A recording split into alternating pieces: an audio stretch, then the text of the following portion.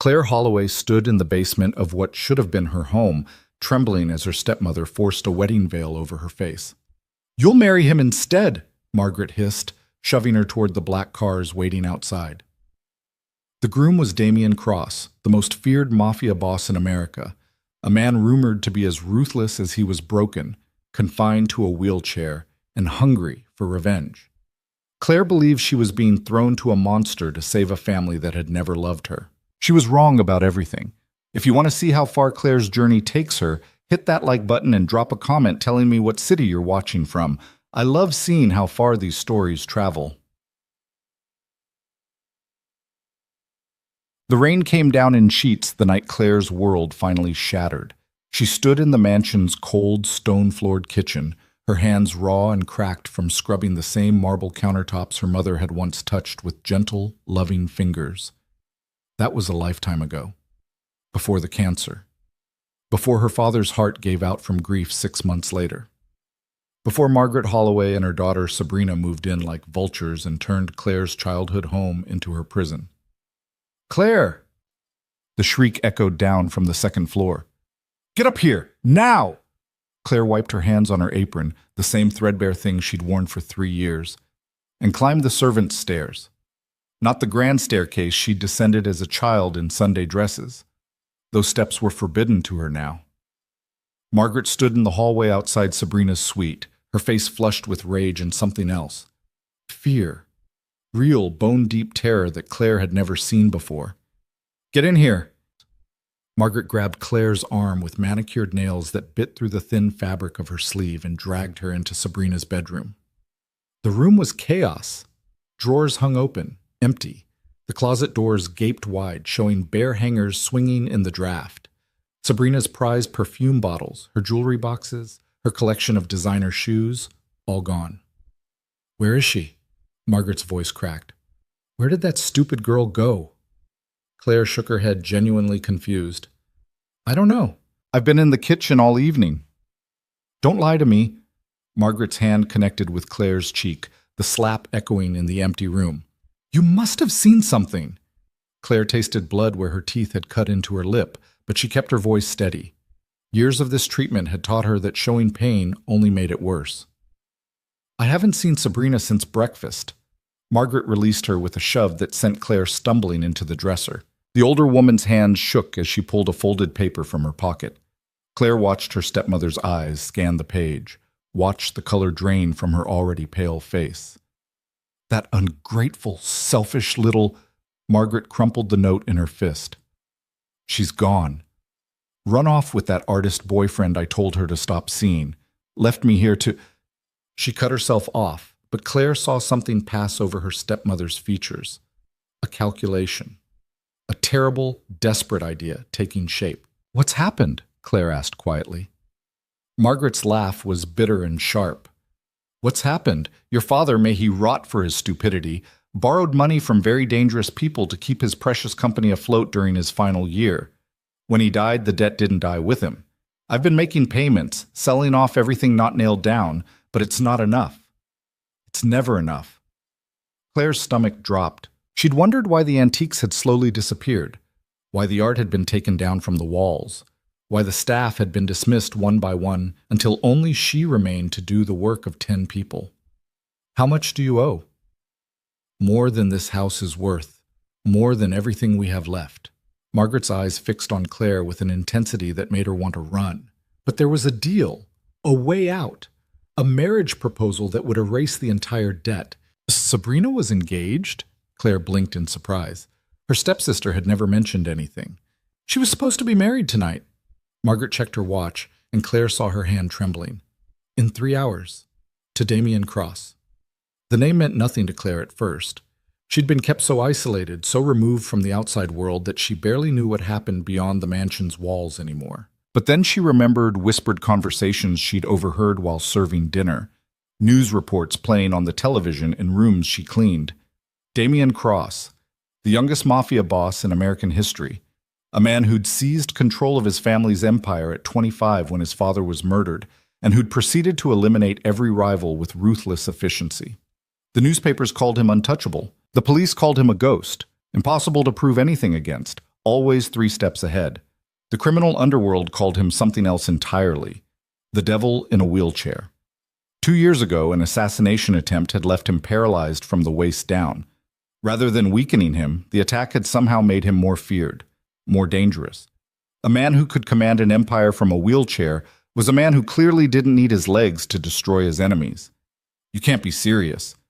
Claire's voice came out as barely a whisper. Sabrina was going to marry him? The arrangement was made 6 months ago. Damen Cross approached me himself, or rather, his representatives did. He wanted a Holloway daughter, a society marriage to legitimize his business interests. In exchange, every cent of debt would be forgiven, and he'd funnel clean money into what's left of your father's company. Margaret's mouth twisted into something ugly. Sabrina agreed because she's an idiot who thought she could play games with a man like that. She planned to go through with the wedding, enjoy his money for a few months, then divorce him and take half of everything. That's insane. He'd never let her exactly. Margaret moved to the window, staring out at the rain. Which is why she ran. She finally understood what she'd gotten herself into, and she bolted like the coward she is. Claire's mind raced. What happens now, when he finds out she's gone? Margaret turned, and Claire saw her stepmother's expression shift into something cold and determined. He won't find out, because a Holloway daughter will be at that altar in 3 hours, just as promised. The implication hit Claire like a physical blow. No, you can't. I can, and I will. Margaret crossed the room with surprising speed, gripping Claire's shoulders. You're going to put on that wedding dress, walk down that aisle, and marry Damen Cross. You're going to save this family. This family? Claire jerked away, anger flooding through her for the first time in years. You've spent 3 years telling me I'm not family. I'm the help. I'm nothing. And now you want me to pull? I want you to do what you should have been grateful to do from the beginning. Margaret's voice rose to a shriek. We gave you a roof over your head when we could have thrown you out on the street. We fed you. We let you stay in your father's house. You stole my father's house. You erased every trace of my mother. You took my inheritance. You made me a servant in my own home. The words burst from Claire like a dam breaking. And now you want me to marry a monster because your daughter is too smart to do it herself? Margaret's slap came harder this time, hard enough to knock Claire to the floor. She tasted more blood, felt her cheeks swelling already. You'll do this, Margaret said, her voice dropping to something quiet and venomous, or I'll make sure you have nothing, not even this basement room you sleep in. I'll put you on the street tonight with the clothes on your back and make sure no one in this city ever hires you. You think these 3 years have been hard? You have no idea what real suffering looks like. Claire touched her throbbing cheek, tears burning in her eyes. Not from the pain, she'd endured worse, but from the crushing weight of having no choice. No escape, no way out except through whatever nightmare Margaret was pushing her toward. Why would he accept me? She asked dully. When he sees I'm not Sabrina, he won't see. Not until it's too late. Margaret hauled Claire to her feet with surprising strength. The ceremony is at his estate. Very private, very exclusive. Just his people and ours. You'll wear the dress, you'll wear a veil, and you'll keep your mouth shut until the papers are signed. By the time he realizes the switch, the marriage will be legal and the debt will be paid. What he does with you after that is his business. The casual cruelty of it took Claire's breath away. Margaret was sending her into a situation that could end in her death, and she clearly didn't care. Claire was nothing to her, had always been nothing. A problem to be solved, a tool to be used, a sacrifice to be made. Get her ready, Margaret called toward the doorway. 2 women entered, hired help that Claire recognized from the days when the household still had proper staff. They looked at her with pity, but said nothing as they led her to the bathroom. The next hour passed in a blur of hot water and rough hands. They scrubbed her clean, washed her hair, applied makeup with mechanical efficiency. Claire caught glimpses of herself in the mirror and barely recognized the face staring back. They'd covered the bruise on her cheek with foundation, painted her lips red, lined her eyes with dark shadow that made her look older, more sophisticated, nothing like the girl who'd spent years scrubbing floors. Then came the dress. It was beautiful, obscenely so.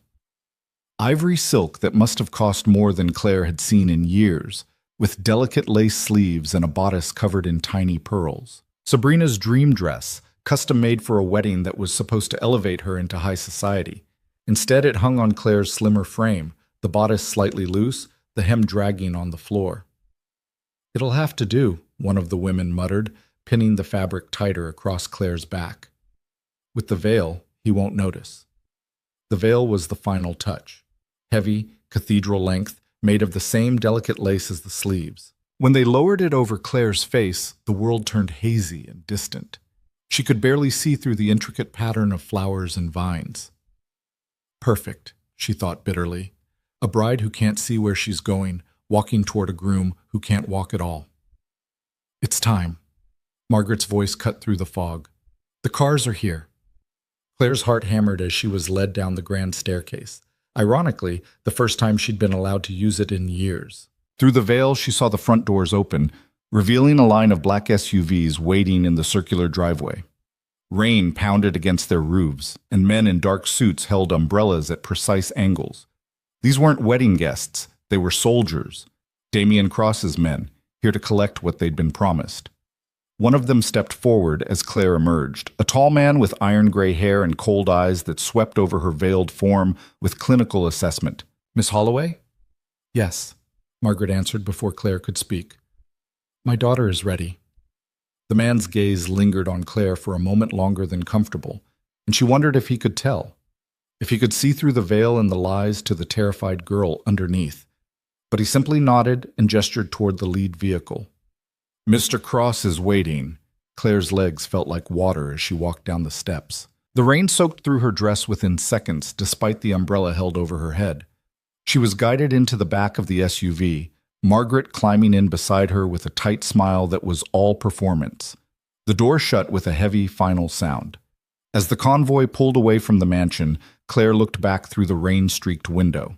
The house where she'd been born, where her mother had died, where her father had loved her once upon a time. It all disappeared into the darkness behind them. "Remember," Margaret hissed in her ear, quiet enough that the driver wouldn't hear. "Keep the veil down. Don't speak unless spoken to. And pray that Damen Cross is feeling merciful when he realizes what he's gotten." Claire didn't answer. She was too busy trying to breathe through the panic rising in her chest, trying not to think about what waited at the end of this drive. The city passed by outside the windows, familiar streets made strange by rain and darkness. They drove for what felt like hours, but was probably only 30 minutes, leaving the older neighborhoods behind for something newer and more ominous. The buildings grew taller, more modern, until they were in the heart of the financial district where steel and glass towers pierced the night sky. The convoy turned into an underground parking garage, descending several levels before finally stopping. Claire's door opened before she could prepare herself. "This way, Miss Holloway." She stepped out onto smooth concrete, her wet dress clinging to her legs, the veil heavy with moisture. Around her, more men in suits formed a protective corridor, their faces blank and professional. Margaret followed close behind, her hand occasionally touching Claire's back in what might have looked like maternal support, but felt more like a warning. They entered an elevator lined with mirrors, and Claire caught a glimpse of herself. A ghost bride, face hidden, body trembling beneath layers of silk and lace. She looked away quickly. The elevator rose smoothly, the numbers climbing higher and higher, 20 floors, 30, 40. When it finally stopped, the doors opened onto a private penthouse entrance that was more beautiful and terrifying than anything Claire had ever seen.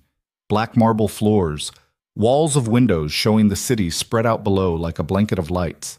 Modern art that probably cost more than the mansion she'd just left. And at the far end of the vast space, beneath a dramatic arch of white roses and dark greenery, a man in a wheelchair. Damen Cross. Even from a distance, even through her veil, Claire could feel the weight of his presence. He sat perfectly still, hands resting on the arms of his chair, dressed in a black suit that made him look like a shadow against the white flowers. His face was turned toward the windows, profile sharp and beautiful in a way that made her chest tighten. Young, she thought with distant surprise. The rumors had made him sound ancient, but he couldn't have been more than 30.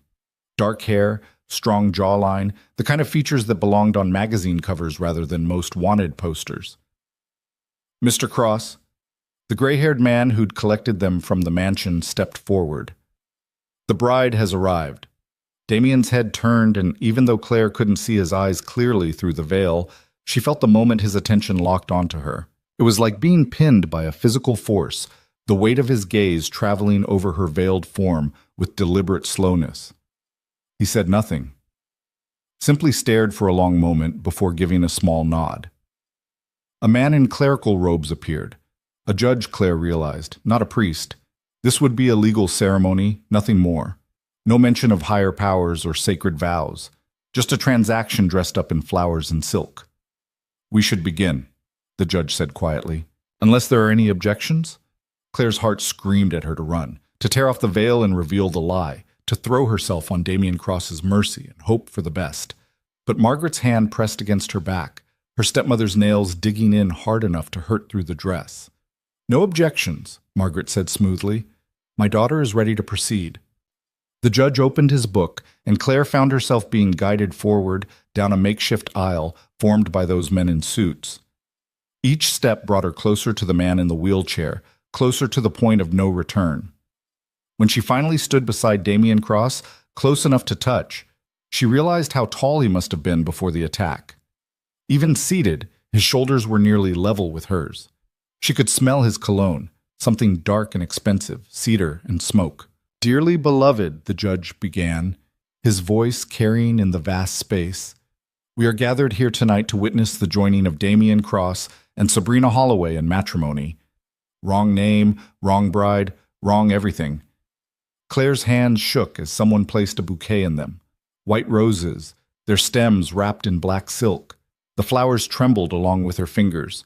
The vows passed in a blur of meaningless words. The judge spoke about commitment and partnership, about two families joining together, about the bonds of marriage. All lies. There was no family here, no love, nothing but fear and debt and a desperate woman's scheme. "Do you, Damen Cross, take this woman to be your lawfully wedded wife?" "I do." His voice was smooth, cultured, with an edge of something dark underneath.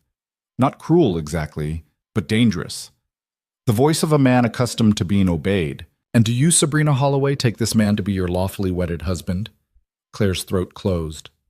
This was it. The final moment before everything became real and irreversible.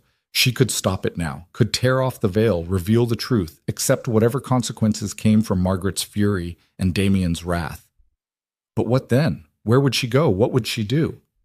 She had nothing. Had no money, no skills beyond housework, no friends who hadn't forgotten her during 3 years of isolation. The street would be kinder than what Margaret would do to her, but not by much. "I do." The words came out as barely a whisper. "Then by the power vested in me by the state, I now pronounce you husband and wife." The judge closed his book with a soft thump. "You may kiss the bride." Claire's heart stopped. She hadn't thought this far ahead. Hadn't considered that there would be a kiss, that he would lift her veil, that the deception would be revealed before she'd even left the altar. Panic surged through her, but before she could move, Damien's hand lifted. His fingers were warm when they touched her wrist, and his grip was gentle but absolutely certain. He drew her hand to his lips and pressed a kiss to her knuckles, his eyes never leaving her veiled face. "Not tonight," he said quietly. The words meant only for her. "You look tired, wife." The kindness in his voice was somehow more terrifying than cruelty would have been. Claire's mind reeled. He was giving her an out, allowing her to keep the veil in place, but why? Did he know? Could he tell she wasn't Sabrina? But then he released her hand and turned his wheelchair with practiced ease, heading toward a door at the far end of the penthouse. The gray-haired man appeared at his side, and together they disappeared, leaving Claire standing at the altar in her wet dress and heavy veil, her heart pounding so hard she thought it might burst. "Well," Margaret said from behind her, and Claire jumped. She'd almost forgotten her stepmother was there. "That went better than expected. The papers are signed, the debt is cleared, and you're legally Mrs. Damen Cross. Congratulations." There was no warmth in the word, only bitter satisfaction. "What happens now?" Claire asked, her voice hollow. "Now?" Margaret's laugh was sharp. "Now you're his problem, not mine. Whatever he does when he realizes the truth is between you and him, I've got what I needed." She turned to leave, but Claire caught her arm, surprising both of them. "You're just going to abandon me here? With him?" Margaret pulled free, her expression cold. You've been abandoned for years, girl. At least now you'll be abandoned somewhere with money. She glanced around the opulent penthouse, and something like envy flickered in her eyes.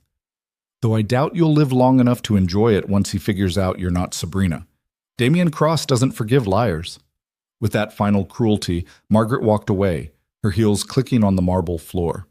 The elevator doors closed behind her, and Claire was alone with a handful of stone-faced men who wouldn't meet her eyes.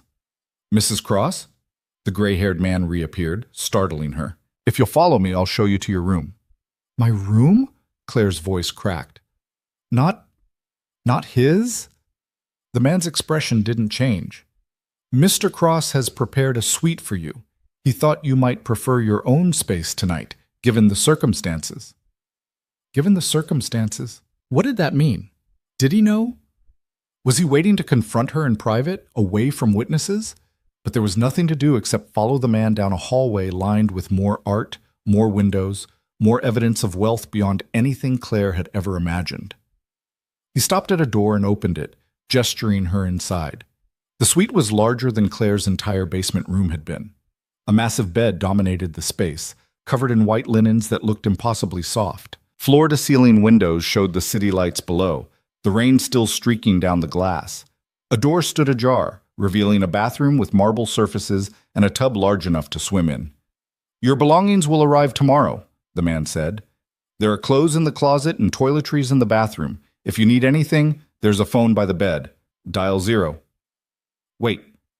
Claire turned to him, desperate for any information. What's your name? Marcus. I'm Mr. Cross's head of security. He paused, and something almost like pity crossed his face. Get some rest, Mrs. Cross. Tomorrow will be, illuminating. The door closed behind him with a soft click, and Claire heard the unmistakable sound of a lock engaging. She was trapped. Claire stood frozen for a long moment, listening to the silence, feeling the weight of the veil and the dress, and the terrible knowledge of what she'd done. Then, finally, she reached up and pulled the veil away. Her reflection stared back from the darkened windows, pale, frightened, makeup smeared from tears she hadn't realized she'd cried. She looked like a ghost, like someone already dead. Claire stripped off the wet dress with shaking hands, leaving it in a puddle on the floor. In the closet, she found a robe, silk, impossibly soft against her skin. The bathroom did indeed have everything she needed, all of it untouched, clearly prepared for a bride who was supposed to be someone else entirely. She should shower, should wash away the makeup and the fear, and try to think clearly about what came next. But exhaustion crashed over her like a wave. 3 years of sleepless nights and constant work catching up all at once. Claire collapsed onto the bed, expecting to lie awake in terror, waiting for Damen Cross to come through the door and demand the truth. But her body had other plans. Within minutes, despite everything, she fell into deep, dreamless sleep. She woke to sunlight streaming through the windows and the smell of coffee. For a moment, Claire forgot where she was. Then memory crashed back, the wedding, the veil, the deception, and she sat up with a gasp, her heart pounding. A tray sat on the bedside table, coffee in a delicate china cup, fresh fruit, pastries that were still warm, and a note written in strong, slashing handwriting. Good morning, wife. Join me for breakfast when you're ready. We have much to discuss. Claire's hands trembled as she picked up the coffee cup.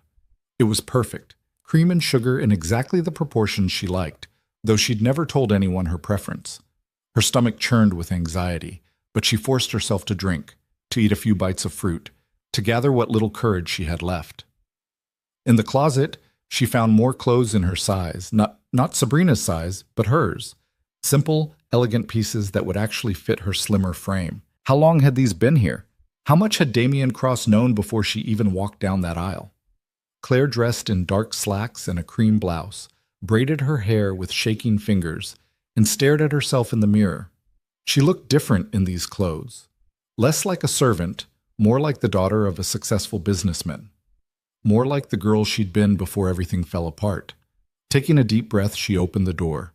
Marcus stood in the hallway, as if he'd been waiting. Good morning, Mrs. Cross. This way, please.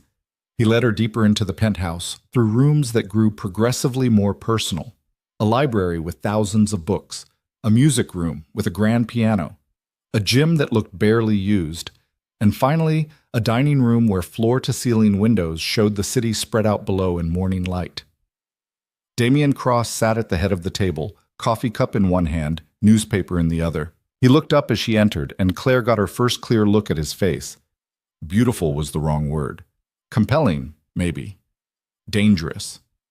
His eyes were dark, nearly black, and they watched her with an intensity that made her want to run. High cheekbones, a mouth that looked like it rarely smiled, a scar along his jaw that spoke of violence survived. "Sit," he said quietly. Not unkind, but clearly accustomed to being obeyed. Claire sat in the chair Marcus pulled out for her, her hands folded in her lap to hide their shaking. "You must have questions," Damen said, setting down his newspaper.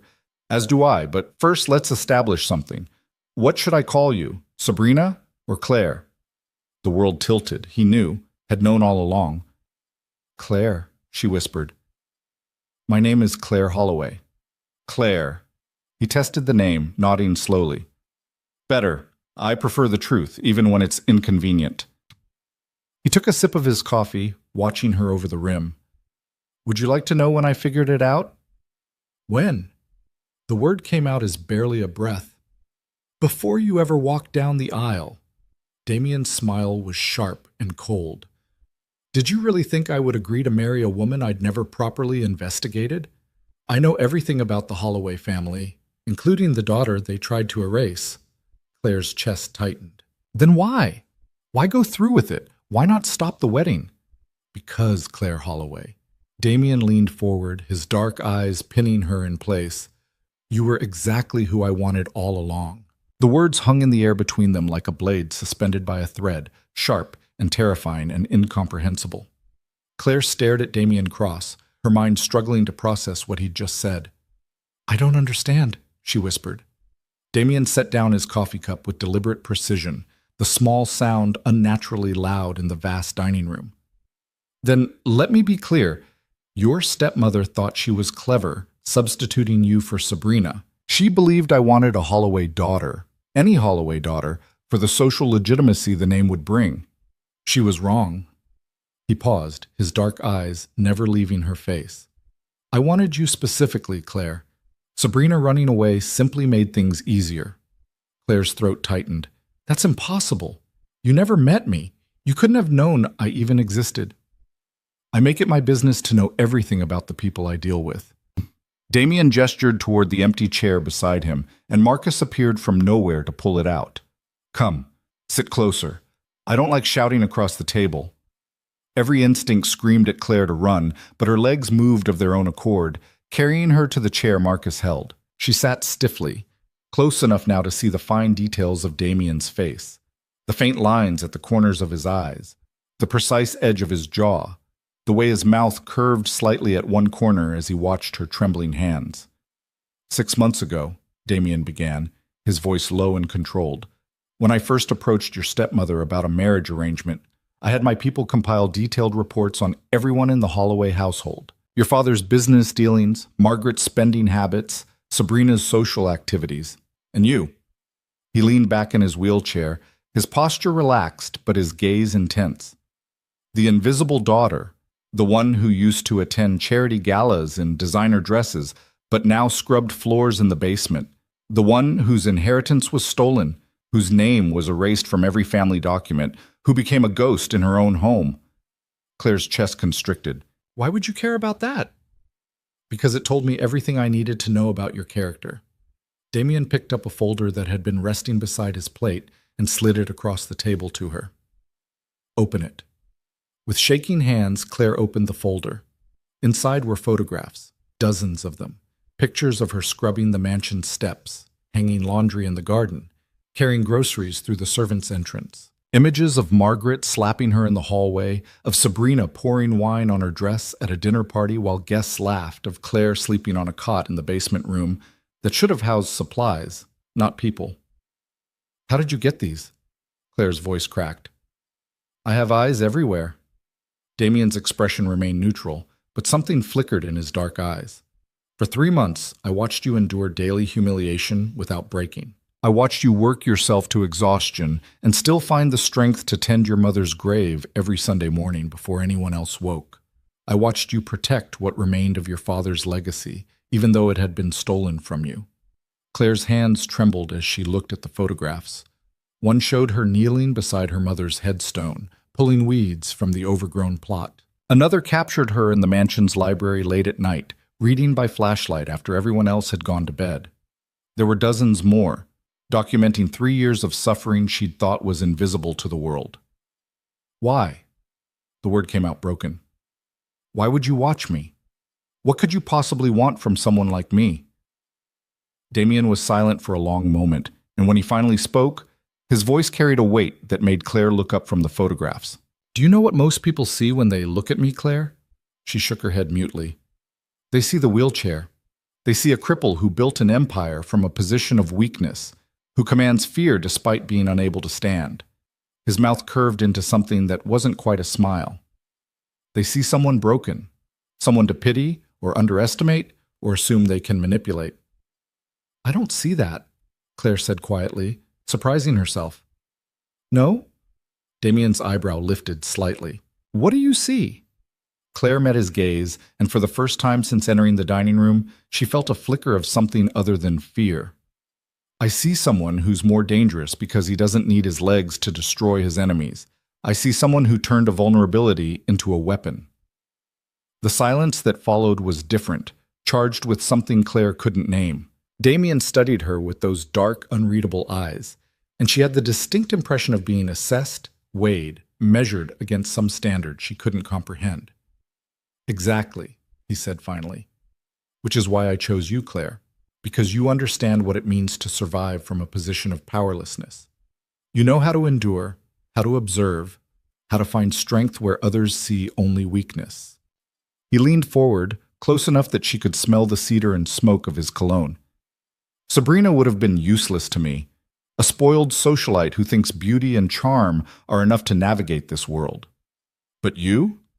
His eyes traveled over her face, lingering on the faint yellow bruise her makeup couldn't quite hide. You've been forged in fire. You're unbreakable in ways she'll never understand. Claire's heart hammered against her ribs. What exactly do you want from me? Everything. The word fell between them like a stone into deep water. I want a wife who can stand beside me in a world that respects only strength. I want someone who understands sacrifice and loyalty, who won't crumble under pressure. I want a partner, not a decorative accessory. He paused, and something almost like regret crossed his features. What I'm offering you is a choice, Claire. You can walk away right now. I'll arrange transportation, give you enough money to start over somewhere new, and we'll quietly annul this marriage. Or you can stay. And if I stay? Her voice was barely a whisper. If you stay, you become Mrs. Damen Cross in every sense of the word. You'll have wealth, protection, and power beyond anything you've imagined. But you'll also step into a dangerous world where enemies will see you as a target, where one mistake could cost you everything. His expression hardened. I won't lie to you. Staying means accepting risks most people can't fathom, but it also means never being powerless again. Never being invisible. Never scrubbing floors while the people who destroyed you sleep in silk sheets. The offer was intoxicating and terrifying in equal measure. Claire thought of Margaret's cruel smile, of Sabrina's casual cruelty, of 3 years spent as a ghost in her own life. The temptation to accept, to seize this chance for something better, was overwhelming. But she forced herself to ask the question that mattered most. Why me, really? You could have anyone. Why choose someone broken? Damien's hand moved so quickly she didn't see it coming. His fingers caught her chin, tilting her face up until she had no choice but to meet his gaze. You're not broken, Claire. You're a survivor. There's a difference. His thumb brushed across her cheekbone, just below the bruise. Broken things stay shattered. Survivors learn to use their scars as armor. The touch was gentle but absolutely certain, and Claire felt something shift inside her chest, a crack in the careful walls she'd built around her heart during 3 years of isolation. I need time, she said, pulling back from his hand. To think.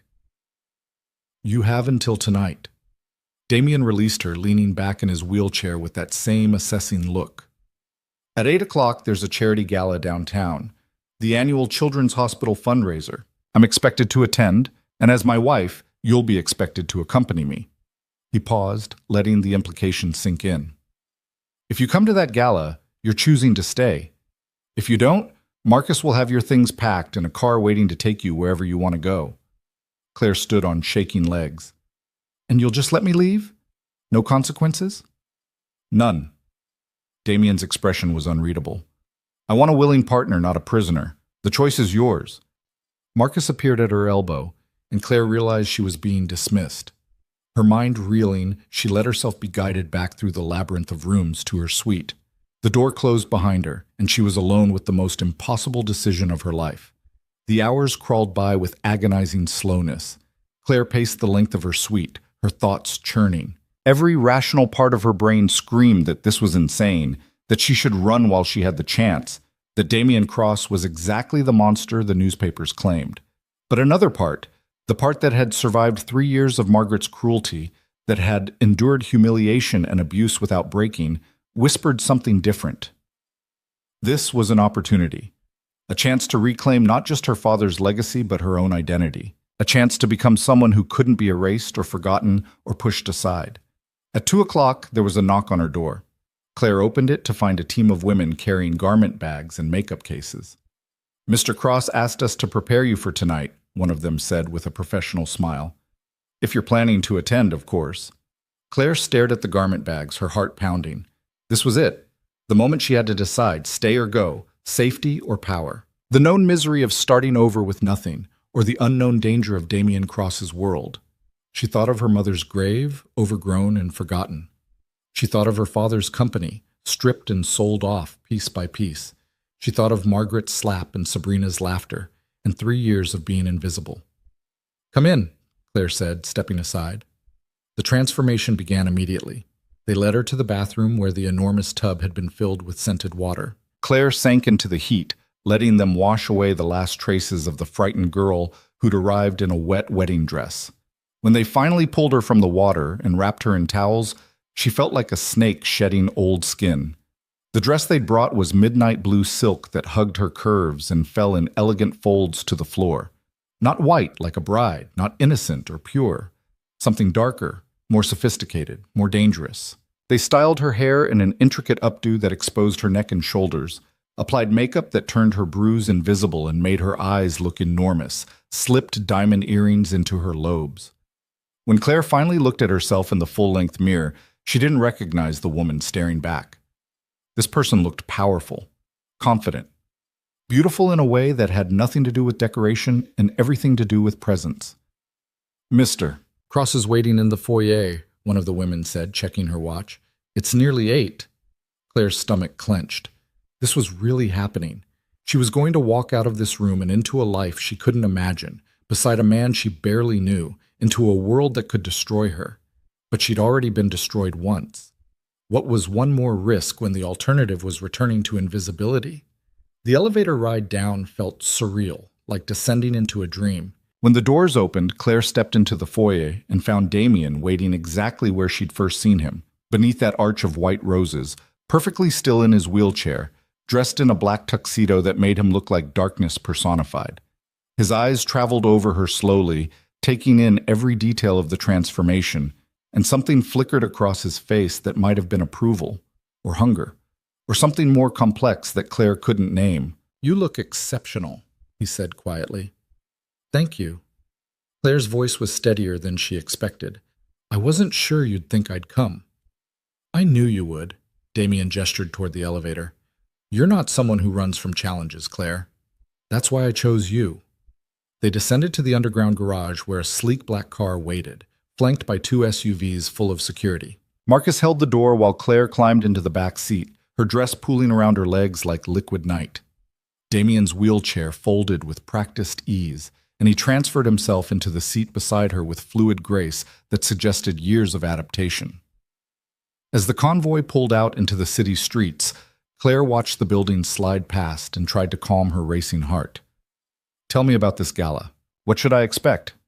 A room full of wealthy people pretending to care about charity while they measure each other's worth in diamonds and political connections. Damien's tone was dry.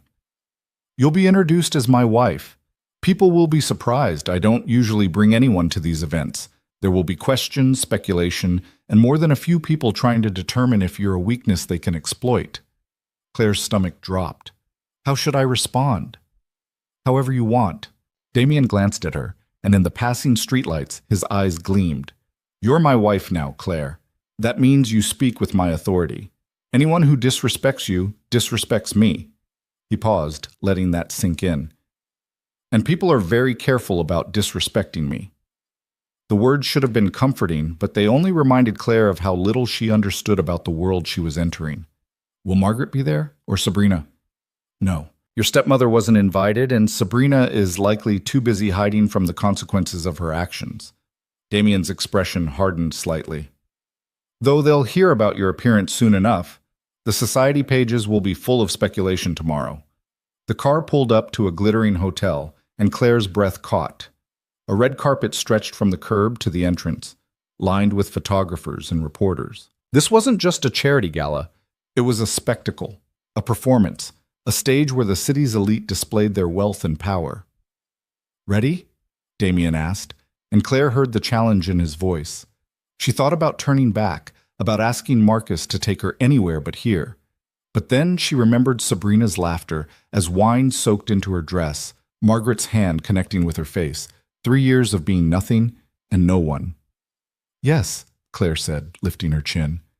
I'm ready. Marcus opened the door, and camera flashes exploded like stars. Claire stepped out onto the red carpet, the silk dress flowing around her, diamonds glittering at her ears. Behind her, she heard the smooth sound of Damien's wheelchair, felt his presence at her side like a shield. Mr. Cross, the reporter surged forward. Who's your companion? Is it true you got married? Mr. Cross, can we get a statement? Damien raised one hand and the crowd fell silent with shocking speed. Gentlemen, ladies, allow me to introduce my wife, Claire Cross. The announcement hit like a thunderclap. Claire heard gasps, saw camera flashes intensify, felt the weight of 100 eyes suddenly focused on her with laser precision. When did you get married? Someone shouted. How did you meet? Another called. Mrs. Cross, what do you have to say about... My wife and I value our privacy, Damien cut in smoothly, his voice carrying absolute authority. We're here tonight to support the Children's Hospital, not to provide entertainment for gossip columns. If you'll excuse us. His hand found Claire's, his grip warm and certain, and together they moved up the red carpet. Claire focused on putting one foot in front of the other, on keeping her expression calm and poised, on not letting the overwhelming attention crack her carefully constructed composure. Inside the hotel ballroom, the spectacle intensified. Crystal chandeliers hung from gilded ceilings, casting rainbow light across marble floors. Women in designer gowns clustered in groups, men in tuxedos held whiskey glasses, and everyone turned to stare as Damen Cross entered with a woman no one recognized on his arm. Stay close, Damien murmured, low enough that only she could hear. And remember, you belong here just as much as anyone else in this room. More, actually, because most of these people inherited their money. You earned your place. The words gave Claire a strange kind of courage. She straightened her spine, lifted her chin, and met the curious stares with calm confidence she didn't entirely feel. A woman detached herself from a nearby group and approached with the predatory grace of a shark scenting blood.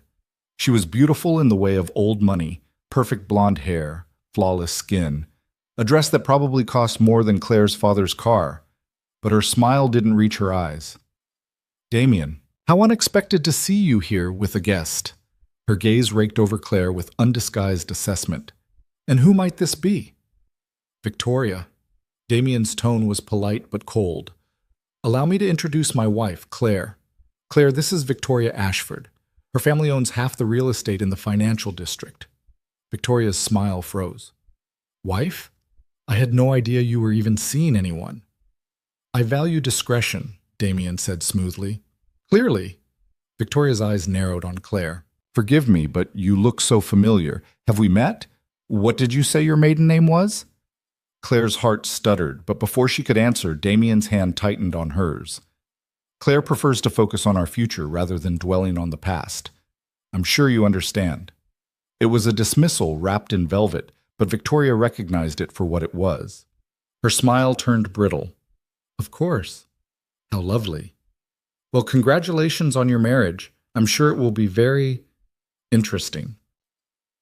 She swept away, and Claire released a breath she hadn't realized she'd been holding. She knows something. Victoria knows everything about everyone. It's her hobby. Damien guided his wheelchair toward the bar with Claire still at his side. She'll spend the rest of the evening trying to figure out who you are and whether you're a threat to her social standing. Let her wonder. The bartender appeared immediately, deferential to the point of obsequiousness. Mr. Cross, your usual? Please, and for my wife. Damien glanced at Claire. White wine, she said, finding her voice. Thank you. As the bartender prepared their drinks, more people approached, a steady stream of introductions and careful questions, each person trying to place her, to understand who she was and where she'd come from. Claire fielded them as best she could, keeping her answers vague, smiling politely, letting Damien's presence shield her from the worst of the scrutiny. Then someone new appeared at Damien's elbow. A man in his 50s with iron gray hair and sharp eyes that reminded Claire uncomfortably of Margaret's calculating stare. Damien, I need a word. In private. His gaze flicked dismissively over Claire. Without your companion. Anything you need to say to me can be said in front of my wife, Damien replied, his tone dropping several degrees. The man's jaw tightened. It's about the shipment from overseas. The complications we discussed. Then let's discuss them. Damien's expression was utterly neutral, but Claire felt tension radiate from him like heat. Here and now, Robert. Robert's face flushed. This is an appropriate conversation for my wife? Damien's voice went soft and dangerous. My wife who has complete knowledge of my business interests and full authority to speak on my behalf? That wife? Claire's eyes widened slightly. She had no knowledge of any business interest, legitimate or otherwise. But Damien's hand squeezed hers gently, a silent message to stay quiet and let him handle this. Robert's face went from red to purple. You can't be serious. You'd trust a woman you just married with sensitive information. I trust my wife with everything. Damien's eyes were black ice, which is more than I can say for certain business associates who seem to forget that discretion is a requirement, not a suggestion. Now, unless you have something productive to contribute to this conversation, I suggest you rejoin the party. Robert opened his mouth, closed it, then stalked away with barely contained fury. Claire watched him go, her mind racing. What was that about? She asked quietly. A test. Damien accepted his drink from the bartender and took a slow sip.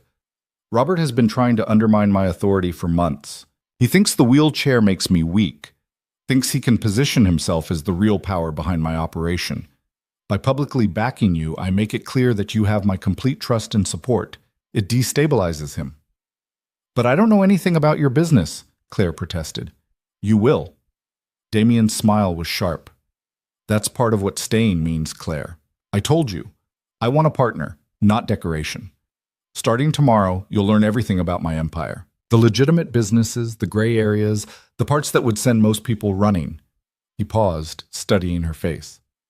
Can you handle that? Claire thought about the question carefully. Could she handle learning that the man she'd married wasn't just powerful but dangerous? That his wealth came from sources polite society pretended didn't exist? That staying beside him meant accepting a world of moral ambiguity?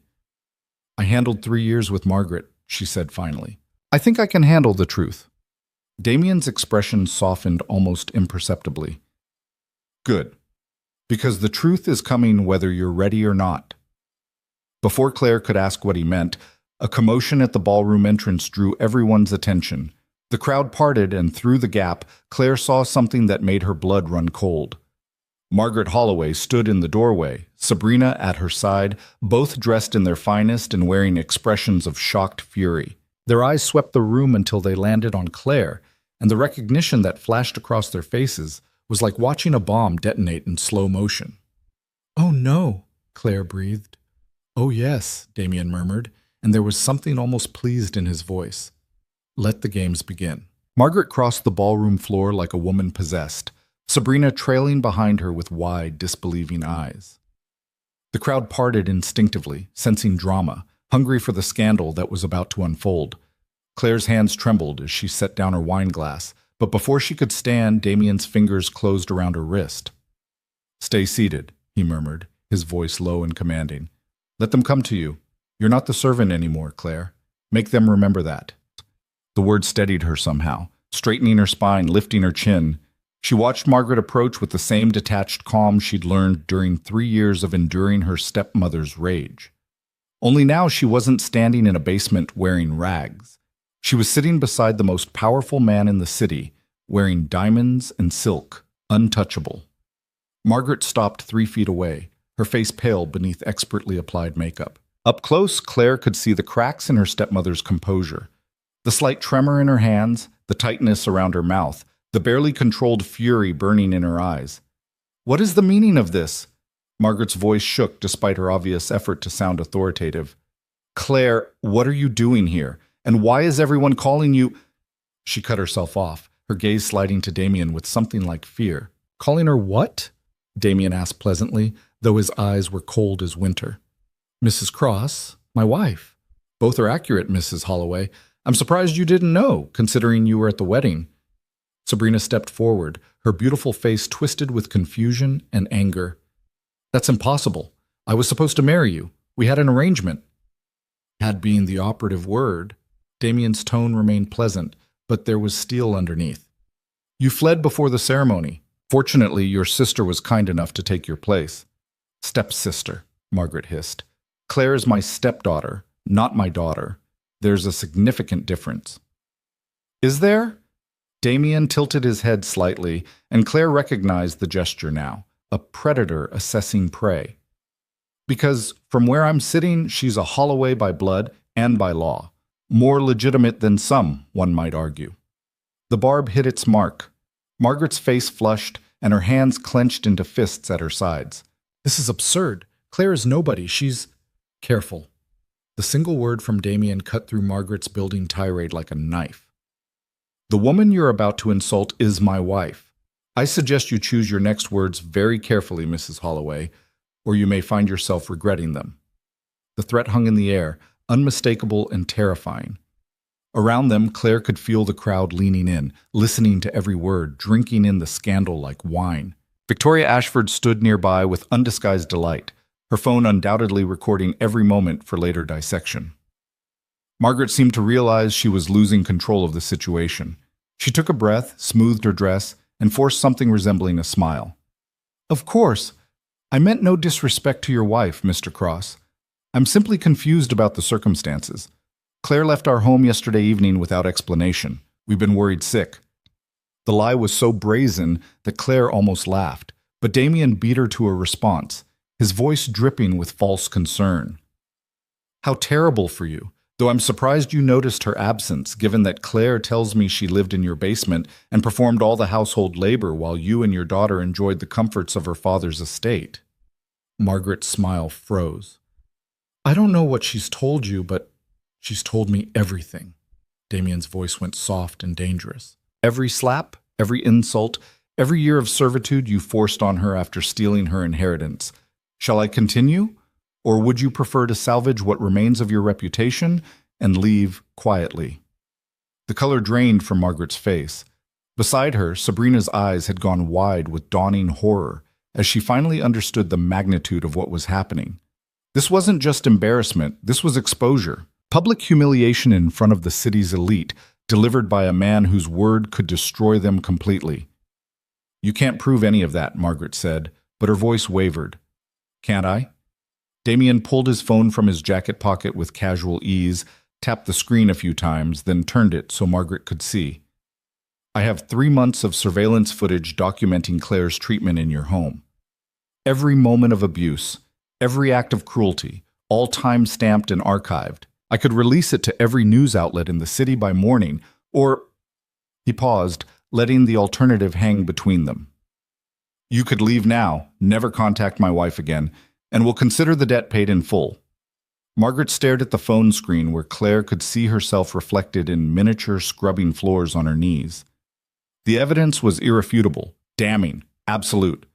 "The debt is already paid," Margaret said desperately. "That was the arrangement. Marriage in exchange for the debt to my organization, yes. That's settled. Damien's smile was razor sharp. But the debt you owe Claire, that's something else entirely. You stole 3 years of her life, her inheritance, her dignity. I could demand restitution. I could take everything you have left and still not consider it sufficient payment. He leaned forward slightly in his wheelchair. Or you could walk away now and count yourself lucky that I'm being merciful. Sabrina grabbed her mother's arm, her face pale. Mom, let's go, please. But Margaret wasn't ready to surrender, despite the fear Claire could see in her eyes. This is blackmail. You can't... I can do whatever I want, Mrs. Holloway. That's what power means.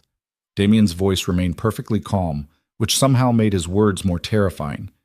Now, you have 2 choices. Leave quietly and live with the knowledge that you'll never touch Claire again, or make a scene and discover exactly how unpleasant I can make your life. Choose quickly. My patience has limits. For a long moment, Margaret stood frozen, her face cycling through rage, fear, and calculation. Claire watched her stepmother's internal struggle with a strange sense of detachment. This woman had controlled every aspect of her life for 3 years, had wielded absolute power over her existence, had made her feel small and worthless and invisible. And now Margaret was the one trembling, the one powerless, the one discovering what it felt like to be at someone else's mercy. Fine, Margaret finally spat, her voice venomous. Keep her. She was always more trouble than she was worth anyway. A pathetic, weak little girl who couldn't even stand up for herself. Damien's hand tightened on Claire's wrist, holding her in place when she would have responded. She didn't need to stand up for herself, Mrs. Holloway. She had the intelligence to survive until she found someone who could stand with her. That's not weakness. That's strategy. He released Claire's wrist and gestured toward the exit. Goodbye, Mrs. Holloway. I trust we won't be seeing each other again. Margaret's face went white with fury, but Sabrina was already pulling her toward the door, clearly desperate to escape before things got worse. Claire watched them go, her heart pounding, her hands shaking with adrenaline and something that might have been triumph. The moment they disappeared through the exit, the crowd erupted into whispers. Claire could feel hundreds of eyes on her, assessing, judging, speculating. She'd become the center of attention in the worst possible way, not because of anything she'd done, but because of secrets that had been dragged into the light. That was... Claire's voice failed her. Necessary, Damien finished. They would have continued to torment you if I hadn't made an example. Now everyone in this room knows that you're under my protection. No one will dare touch you. But everyone also knows about... Claire gestured helplessly at the space where Margaret had stood. The basement. The abuse. Everything. Everyone knows that you survived something terrible and came out stronger. Damien's eyes met hers, intense and unwavering. There's no shame in that, Claire. The shame belongs to the people who hurt you, not to you for enduring it. Before Claire could respond, Victoria Ashford appeared at their side, her expression carefully neutral, but her eyes gleaming with curiosity. Well, that was quite the display. You certainly know how to make an entrance, Mrs. Cross. I didn't plan it, Claire said quietly. The best drama never is planned. Victoria sipped her champagne, studying Claire with new interest. I have to admit, I'm impressed.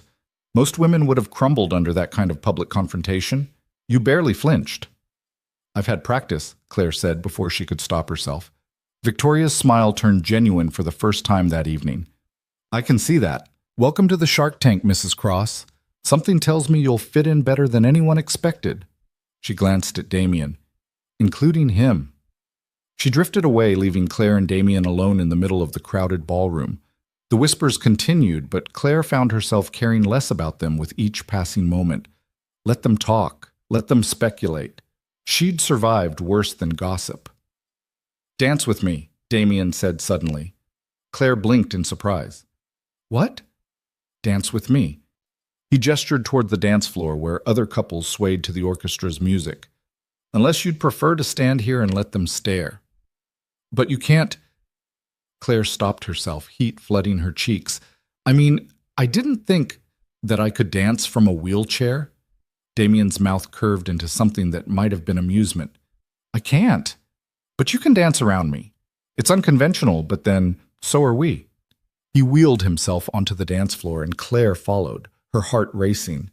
The other couples made space for them, watching with undisguised curiosity as Damien positioned his wheelchair and held out his hand. Claire took it, feeling the warmth of his fingers closing around hers. The music swelled, and she began to move. Not the traditional box step she'd learned at Cotillion years ago, but something more fluid, more adaptive. She circled Damien's wheelchair, her hand never leaving his, her dress flowing around her like water. It was strange and beautiful and utterly unconventional. Claire could feel the crowd watching, but she kept her eyes on Damien, on the way he watched her move, on the slight smile playing at the corners of his mouth. "You're a natural," he murmured as she completed another rotation. "I'm making it up as I go," Claire admitted. "Even better." His hand tightened on hers. Adaptability is more valuable than perfection. The song ended and polite applause rippled through the crowd. Claire found herself breathless, her cheeks flushed, feeling more alive than she had in years. Damien guided his wheelchair off the dance floor, and Marcus appeared at their side with impeccable timing. "Sir, we have a situation that requires your attention," Marcus said quietly. "In the East Wing, private." Damien's expression shifted immediately, becoming cold and focused. "Show me." He glanced at Claire. "Wait here. I'll return shortly." "Should I come with you?" Claire asked. "Not this time. Marcus will stay with you." Damien nodded to his head of security, then wheeled himself toward a side exit with two other security guards flanking him. Claire watched him go, a knot of anxiety forming in her stomach. Marcus stood nearby, his posture relaxed but his eyes constantly scanning the crowd. She realized that even here, surrounded by wealthy philanthropists in designer gowns, there was danger. Damien moved through a world where threats could appear anywhere, anytime. "What kind of situation?" she asked Marcus quietly. "The kind Mr. Cross handles personally, ma'am." Marcus's expression remained neutral. "Nothing for you to worry about." But Claire was worried. She'd married a man she barely knew, stepped into a life she didn't understand, and now she was standing alone in a ballroom full of strangers while her husband dealt with some mysterious crisis. "Mrs. Cross?" A man's voice made her turn. He was older, maybe 60, with silver hair and kind eyes that crinkled at the corners. "Allow me to introduce myself, Dr. Richard Morrison, director of the Children's Hospital. I wanted to personally thank you and your husband for the generous donation." Claire's mind went blank. "Donation?" "The $5 million pledge, see." Dr. Morrison smiled warmly. "Mr. Cross made it in both your names earlier this evening. It's the largest single contribution we've received this year. With that funding, we'll be able to complete the new cancer treatment wing." $5 million. Claire's head spun. That was more money than she could comprehend, given away as casually as loose change. That's wonderful. I'm glad we could help. Your husband is an extraordinary man," Dr. Morrison continued. "Despite his reputation in certain circles, he's been one of our most consistent supporters. The pediatric ICU exists because of his funding. Dozens of children are alive today because of his generosity." Claire looked toward the exit where Damien had disappeared, seeing him with new eyes. The ruthless mafia boss who'd destroyed her stepmother's composure with cold efficiency was the same man who quietly funded children's hospitals. The contradictions made her head spin. "He doesn't like publicity for his charitable work," Dr. Morrison added. "But I thought you should know the kind of man you married. Whatever else he may be, he's saved more lives than most people realize." The doctor drifted away to greet other donors, leaving Claire standing alone with Marcus and her whirling thoughts. Every time she thought she understood Damen Cross, he revealed another layer that contradicted everything before it. 20 minutes passed, then 30. Claire's anxiety grew with each minute. Around her, the gala continued, people dancing, drinking, networking, completely unaware that anything was amiss. But Marcus's posture had subtly shifted, his hand resting near his jacket in a way that suggested a concealed weapon. Finally, Damien reappeared through the side entrance. His expression was carefully neutral, but Claire saw tension in the set of his shoulders, a tightness around his eyes that hadn't been there before. "We're leaving," he said quietly when he reached her side. "What happened?" Claire asked. "Nothing that concerns tonight." Damien's tone made it clear he wouldn't discuss it further, not here, not with so many listening ears nearby. Say your goodbyes.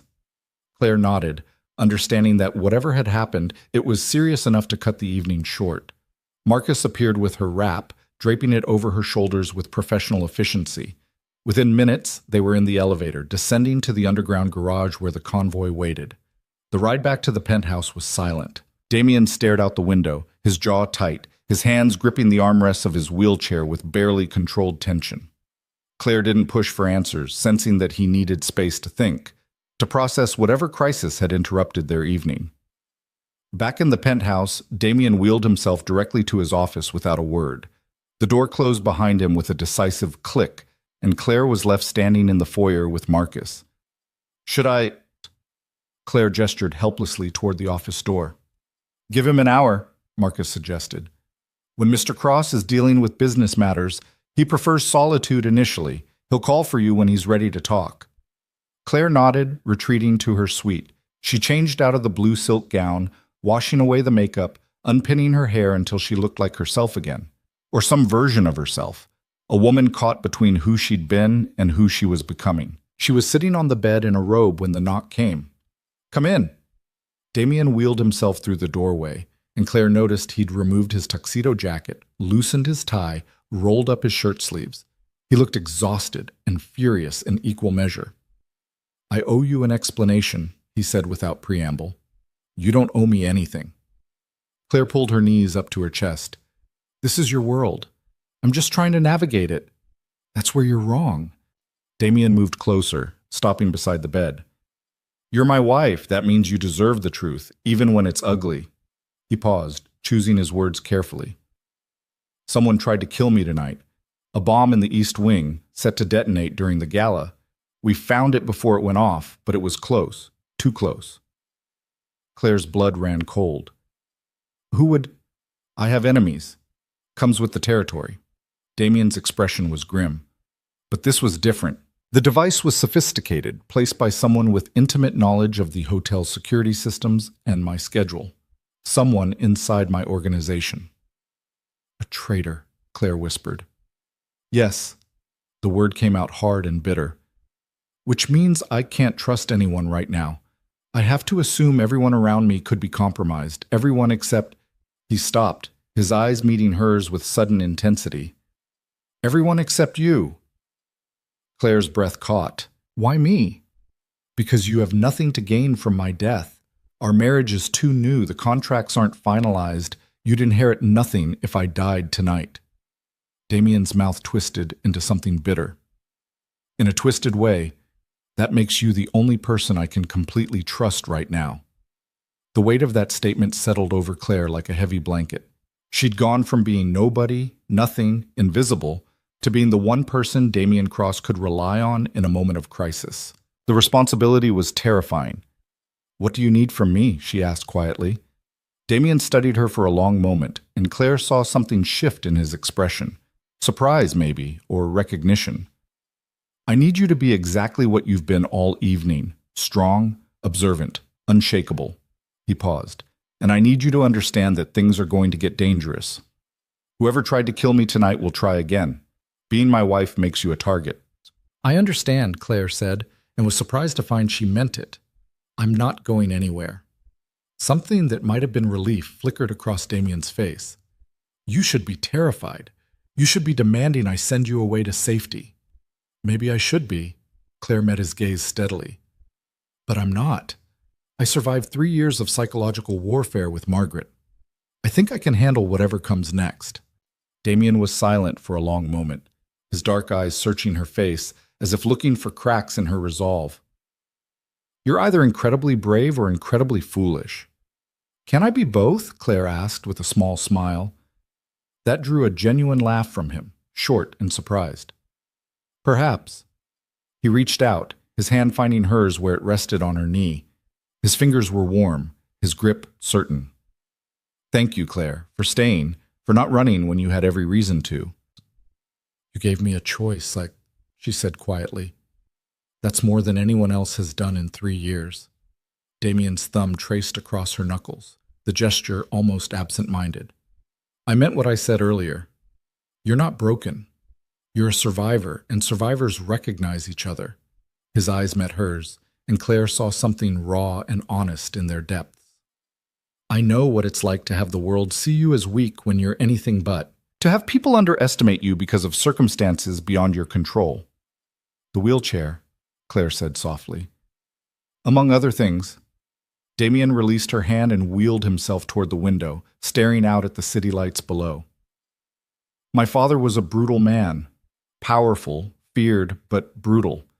He taught me that showing weakness was death in our world. So when the attack happened, when I woke up in a hospital bed, unable to feel my legs, he trailed off, his jaw tight. Everyone expected me to fall apart, to lose control of the empire he'd built. Instead, I made the weakness a weapon. I let people underestimate me, let them think the wheelchair made me vulnerable, and then I destroyed anyone who tried to take advantage. Claire stood from the bed, moving to stand beside his wheelchair. How many people know the truth? Damien glanced up at her, one eyebrow raised. The truth about what? About whether you're really paralyzed. Claire kept her voice neutral, watching his face carefully. You move with too much control, too much precision. And earlier tonight, when the bomb threat came, you stood up to leave the table before you caught yourself and used the wheelchair instead. The silence that followed was absolute. Damien stared at her with an expression Claire couldn't read. Shock, maybe, or calculation, or something more dangerous. You noticed that, he said finally. It wasn't a question. I notice everything. Claire held his gaze. 3 years of being invisible teaches you to watch, to observe, to see the things other people miss. So yes, I noticed. The question is, why are you still pretending? Damien was quiet for so long that Claire began to wonder if she'd made a terrible mistake, if she'd crossed a line that would turn his protection into fury. But when he finally spoke, his voice was thoughtful rather than angry. You're more perceptive than I anticipated. He gestured toward the bed. Sit. If we're going to have this conversation, you might as well be comfortable. Claire sat, her heart pounding, waiting for whatever revelation was about to shatter her understanding of the man she'd married. Damien wheeled himself closer, his eyes never leaving her face. You're right. The paralysis was a lie. I've been able to walk for over a year now, but I maintain the illusion because it serves a purpose. He paused, choosing his words with visible care. When people think you're disabled, they let their guard down. They speak freely around you, assuming you're no threat. They underestimate your capabilities, your speed, your reach. It's the perfect cover for gathering intelligence and identifying traitors. Like tonight, Claire realized, the person who planted the bomb probably assumed you'd be confined to the wheelchair, easier to target. Exactly. Damien's smile was sharp. They planned for a man who couldn't run, couldn't fight, couldn't escape. They didn't plan for what I actually am. Claire's mind raced through the implications. How many people know? 5 now. Marcus, my doctor, 2 others whose loyalty is beyond question, and you. His eyes held hers with unsettling intensity. The question is, can I trust you to keep that number at 5? You can, Claire said without hesitation. I understand the value of secrets. I kept my own survival secret from Margaret for 3 years. Damien studied her face, and Claire had the distinct impression of being tested, weighed, measured against some internal standard. Whatever he saw must have satisfied him, because he nodded slowly. Then we understand each other. He reached out, his hand finding hers again. Tomorrow, things change. I'm going to start teaching you about my organization, the legitimate businesses, the less legitimate ones, the gray areas in between.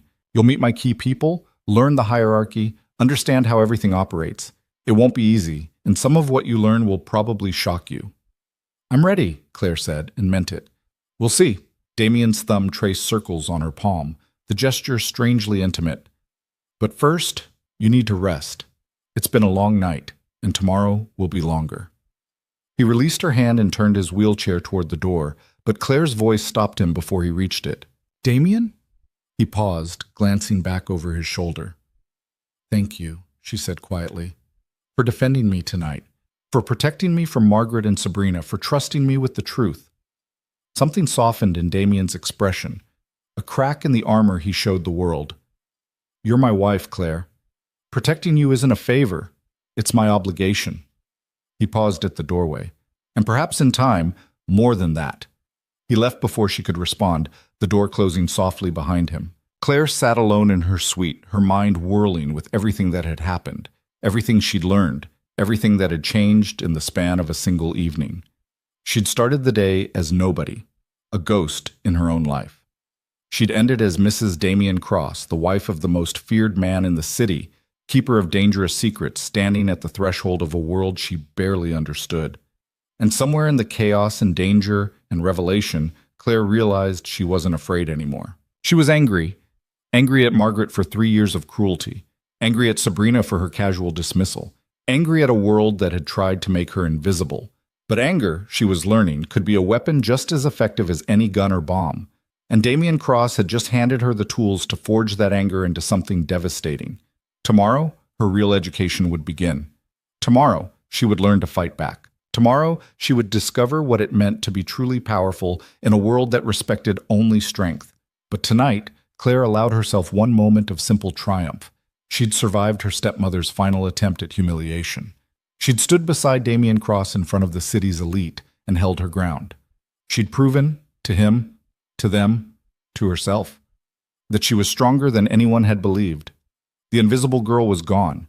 In her place stood someone new, someone dangerous, someone unbreakable, someone who was just beginning to understand the full scope of what she could become. Claire woke to sunlight streaming through the floor-to-ceiling windows and the distant sound of voices filtering through her closed door. For a moment, she lay still, letting the events of the previous night wash over her like a wave. The gala, Margaret's public humiliation, the bomb threat, Damien's confession about the wheelchair. Each revelation felt surreal in the morning light, like fragments of a dream she couldn't quite believe had been real. But the diamond wedding band on her finger was real enough, catching the light as she held up her hand. Mrs. Damen Cross. The name still felt foreign, like a coat that didn't quite fit yet. A knock on the door interrupted her thoughts. "Mrs. Cross, are you awake?" Claire recognized the voice as one of the staff members from yesterday. "Yes, come in." A woman entered carrying a tray laden with coffee, fresh fruit, and warm croissants. She set it on the bedside table with practiced efficiency. "Mr. Cross asked me to inform you that he'll meet you in his office in 1 hour. He suggests you dress comfortably but professionally." The woman paused, then added with a small smile, "He also said to tell you that your education begins today." The words sent a thrill of anticipation and anxiety through Claire's chest. "Thank you. I'll be ready." After the woman left, Claire forced herself to eat despite her nervous stomach, then showered and stood before the closet trying to decide what comfortably but professionally meant in Damen Cross's world. She finally settled on tailored black slacks and a silk blouse the color of charcoal, pulling her hair back into a sleek ponytail that made her look older, more serious. When she emerged from her suite exactly 1 hour later, Marcus was waiting in the hallway. "Good morning, Mrs. Cross. This way, please."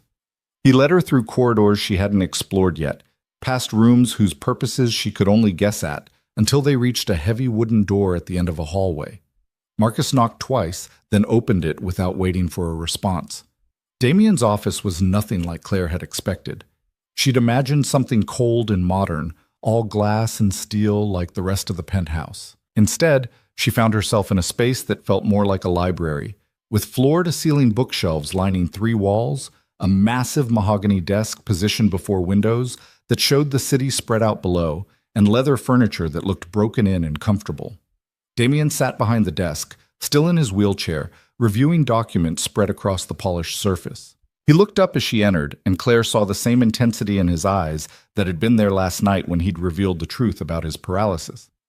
"Sit," he said, gesturing to one of the leather chairs facing the desk. "Coffee?" "Please." Claire sat, accepting the cup Marcus poured before he disappeared silently through a side door. Damien set aside his documents, giving her his full attention. "Before we begin, I need to know if you've reconsidered. Last night was traumatic in several ways. If you want to leave, now is the time to say so. No judgment, no consequences." Claire met his gaze steadily. "I haven't changed my mind. I'm staying. Even knowing that someone tried to kill me last night? That being my wife puts you directly in the line of fire? Especially knowing that." Claire wrapped her hands around the warm coffee cup. For 3 years, I survived by being invisible, by making myself small enough that no one noticed me. I'm done being invisible, Damien. Whatever comes next, I'd rather face it standing beside you than hiding from it alone.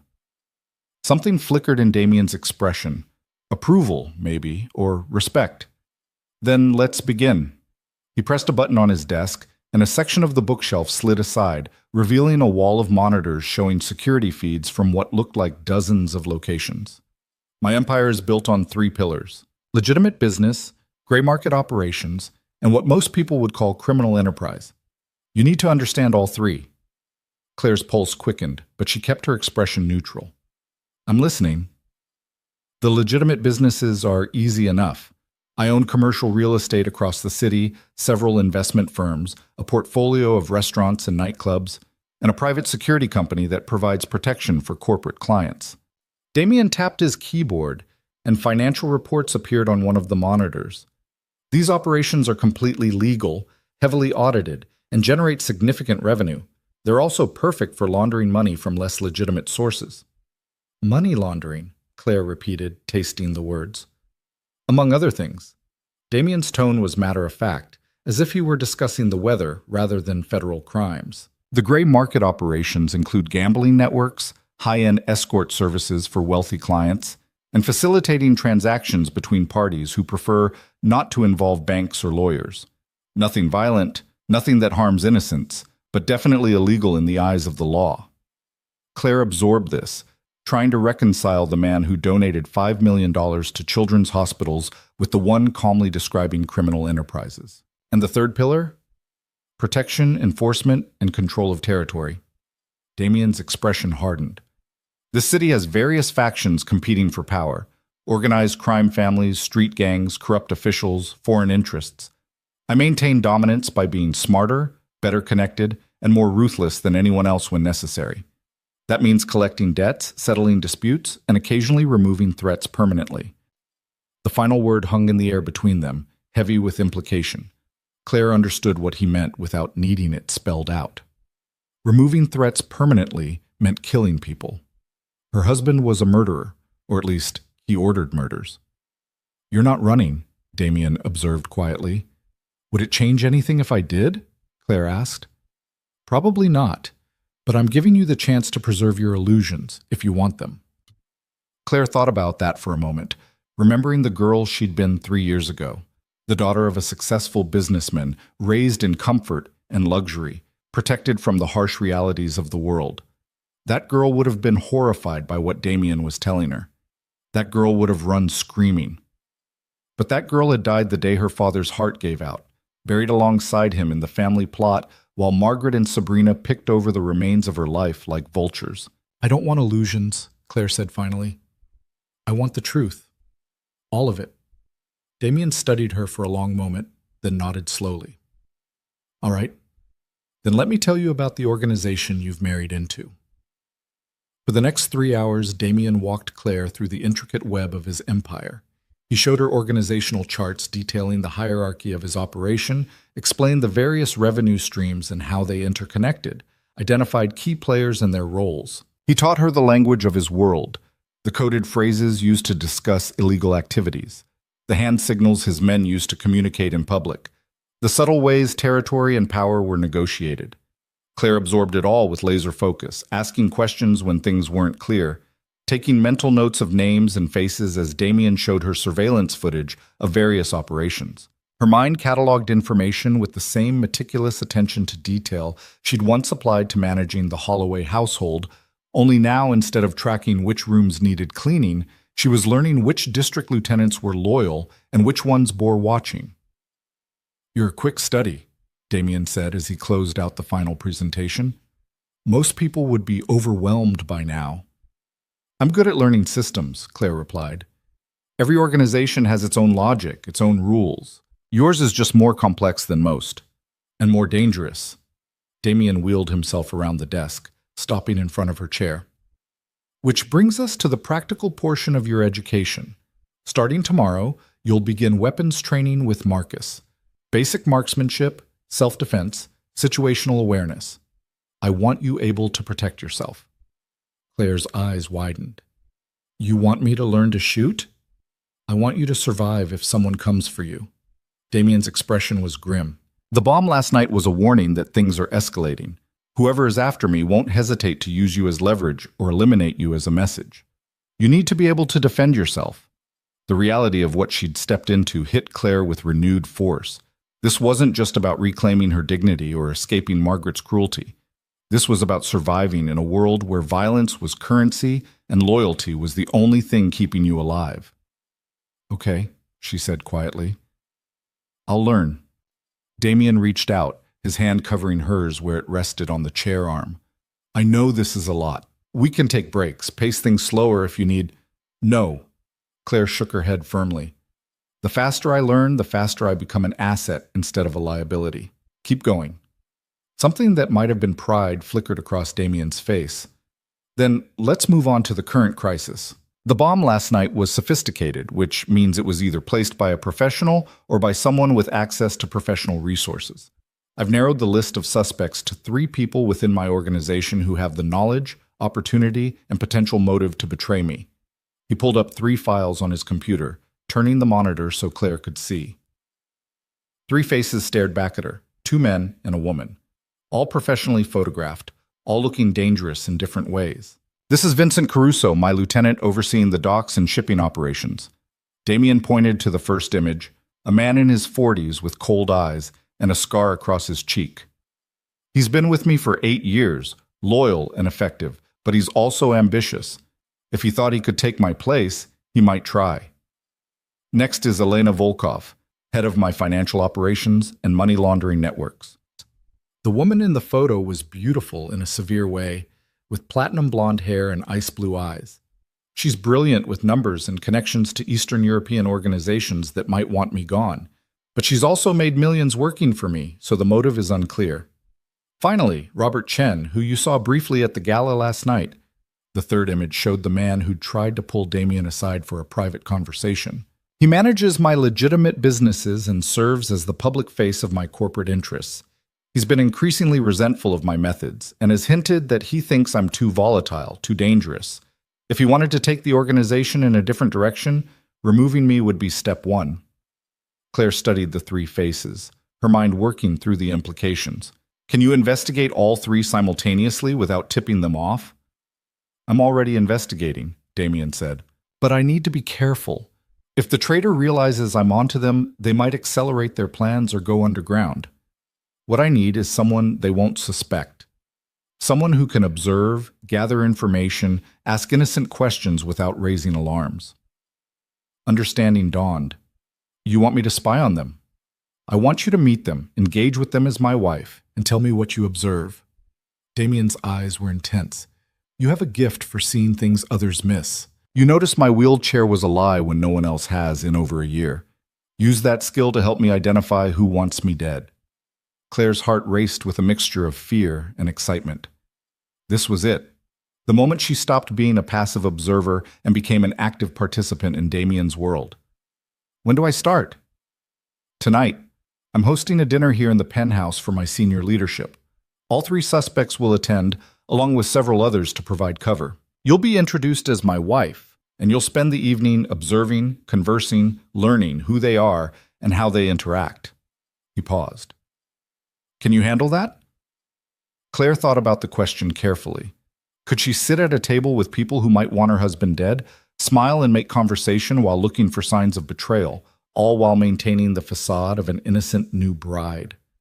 3 years ago, the answer would have been no, but 3 years of surviving Margaret had taught her something valuable about wearing masks and hiding her true thoughts.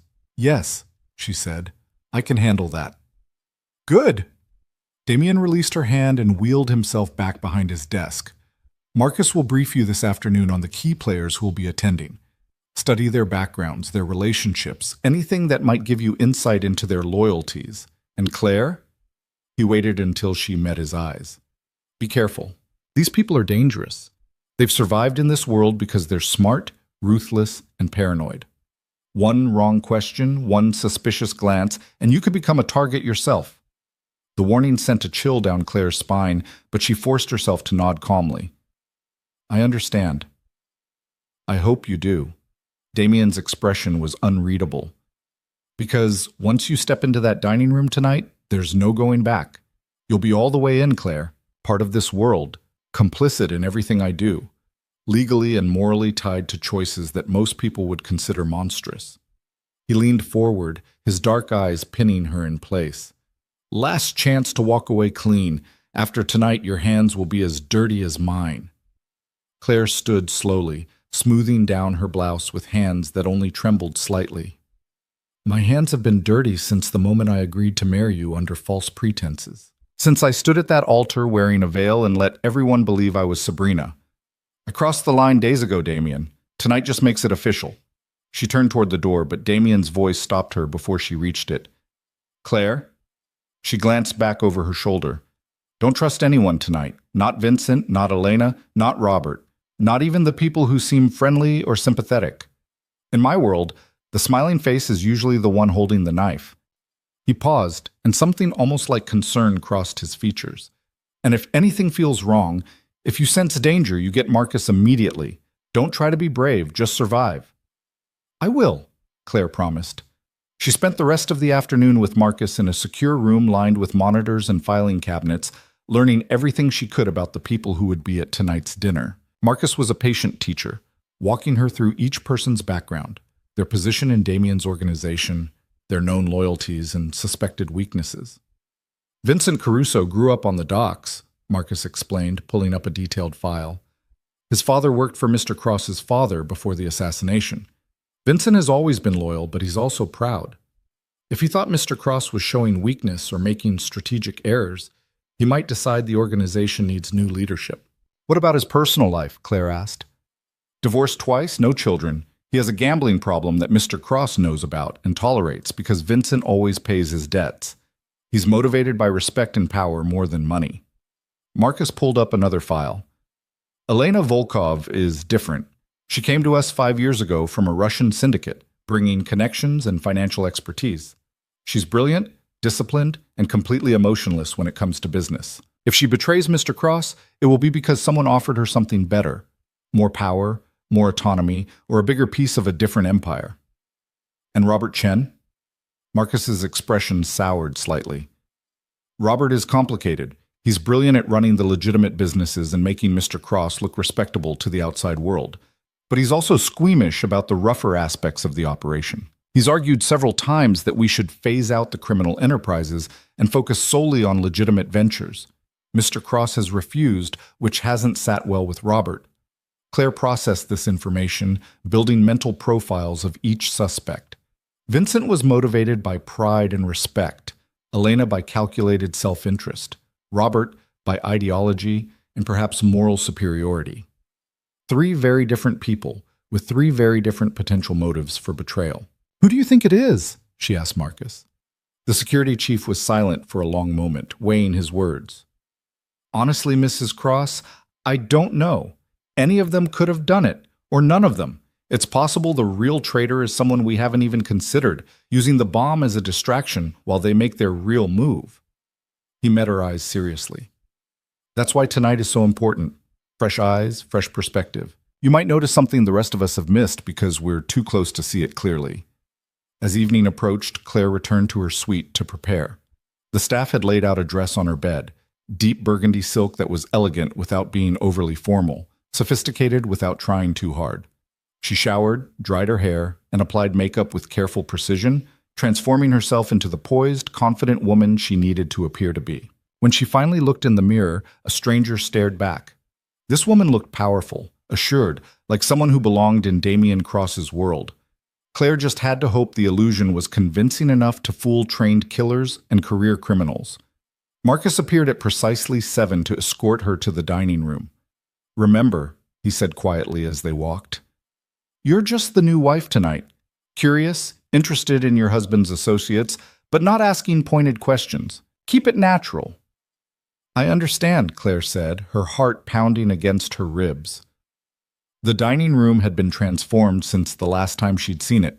The long mahogany table was set for 12 with crystal stemware and fine china, candles flickering in silver holders. Through the windows, the city lights glittered like fallen stars, beautiful and cold. Damien sat at the head of the table in his wheelchair, dressed in a charcoal suit that made him look every inch the powerful crime lord he was. He looked up as Claire entered, and she saw approval in his eyes as they traveled over her appearance. "You look beautiful," he said quietly, gesturing to the seat at his right hand. "Thank you." Claire took her place, acutely aware of the eyes watching her from around the room. The other guests began arriving in a steady stream. Vincent Caruso entered first, his scarred face breaking into a smile that didn't reach his eyes as he greeted Damien. "Boss, I was surprised to get the dinner invitation." "I wanted you to meet my wife properly," Damien replied smoothly. "Claire, this is Vincent Caruso, one of my most trusted lieutenants." Vincent's eyes raked over Claire with undisguised assessment. "Mrs. Cross, I heard about the wedding, very sudden." "Love doesn't follow schedules," Claire said with a smile she didn't feel. "Apparently not." Vincent took a seat across from her, still watching her with those cold, calculating eyes. Elena Volkov arrived next, her platinum hair swept back in an elegant chignon, diamonds glittering at her throat and wrists. She moved like a dancer, fluid and controlled, offering Damien a cool smile before turning her ice blue gaze on Claire. "The mysterious bride," Elena said, her accent barely noticeable. "I've been very curious to meet the woman who captured our Damien's attention. He's not usually the marrying type." "People change," Claire replied evenly. "Do they?" Elena's smile was sharp as broken glass. "In my experience, people are remarkably consistent. They just get better at hiding who they really are." The words felt like a warning, though Claire couldn't tell if it was directed at her or at Damien. She filed the observation away for later analysis. Robert Chen was the last of the three suspects to arrive, and Claire recognized him immediately from the gala. He looked uncomfortable in his expensive suit, like a man who'd rather be anywhere but here. He greeted Damien with professional courtesy, but genuine coolness. "Robert," Damien said, "I believe you met my wife briefly last night." "Yes, though we didn't have a chance to speak properly." Robert's smile was tight as he looked at Claire.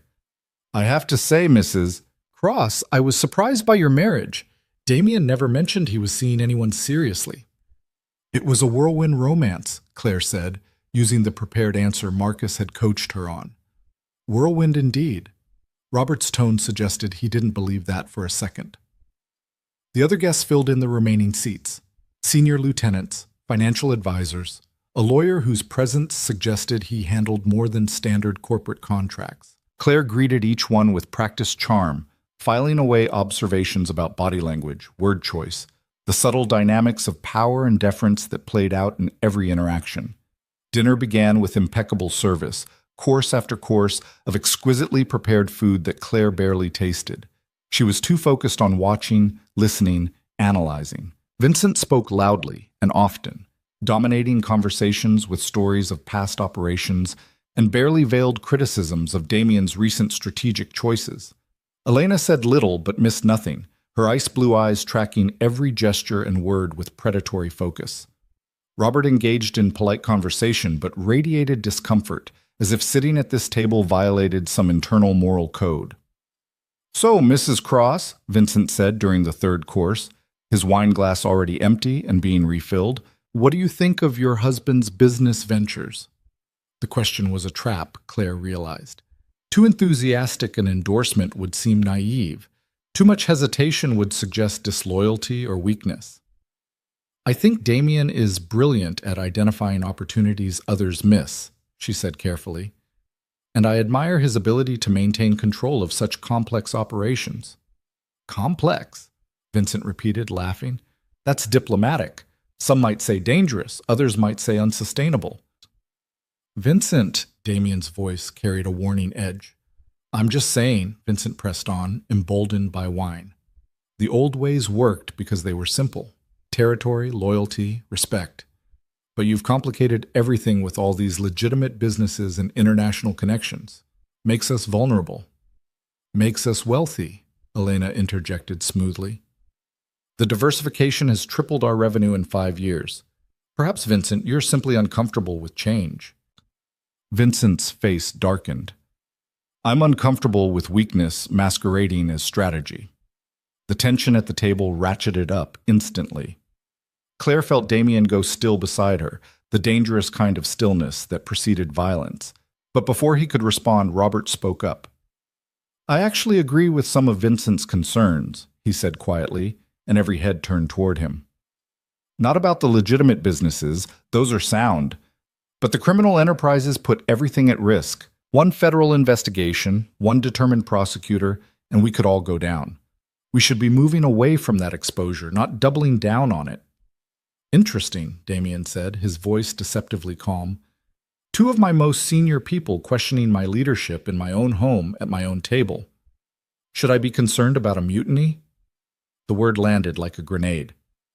Vincent straightened in his chair, his hand moving unconsciously toward his jacket, where Claire suspected he carried a weapon. Robert paled, understanding too late that he'd overstepped. Only Elena remained perfectly composed, sipping her wine with apparent disinterest. "Not a mutiny," Robert said quickly. "Just concerns. About our direction. About sustainability." "Sustainability," Damien repeated. "Tell me, Robert, in your vision of a purely legitimate operation, what happens to the 200 people currently employed in our less legal ventures?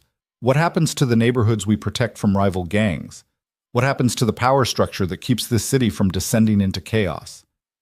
We could transition them, find other—" "You could do nothing," Damien cut him off, his voice going cold and hard. "Because you don't understand this world, Robert. You understand spreadsheets and corporate law.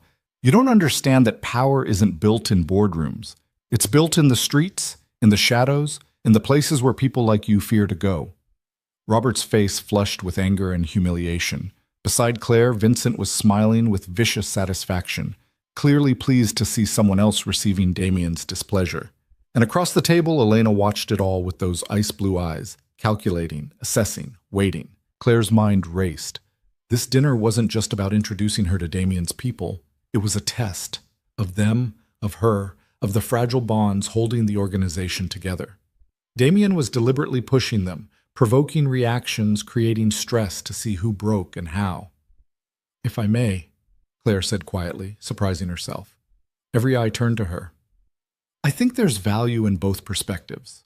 Vincent is right that there's strength in traditional methods and clear hierarchies. Robert is right that unnecessary risk should be minimized. But Damien is right that true power requires controlling multiple territories, literal and figurative. The key is balance, isn't it? Respect for what works while remaining adaptive to changing circumstances." The silence that followed was absolute.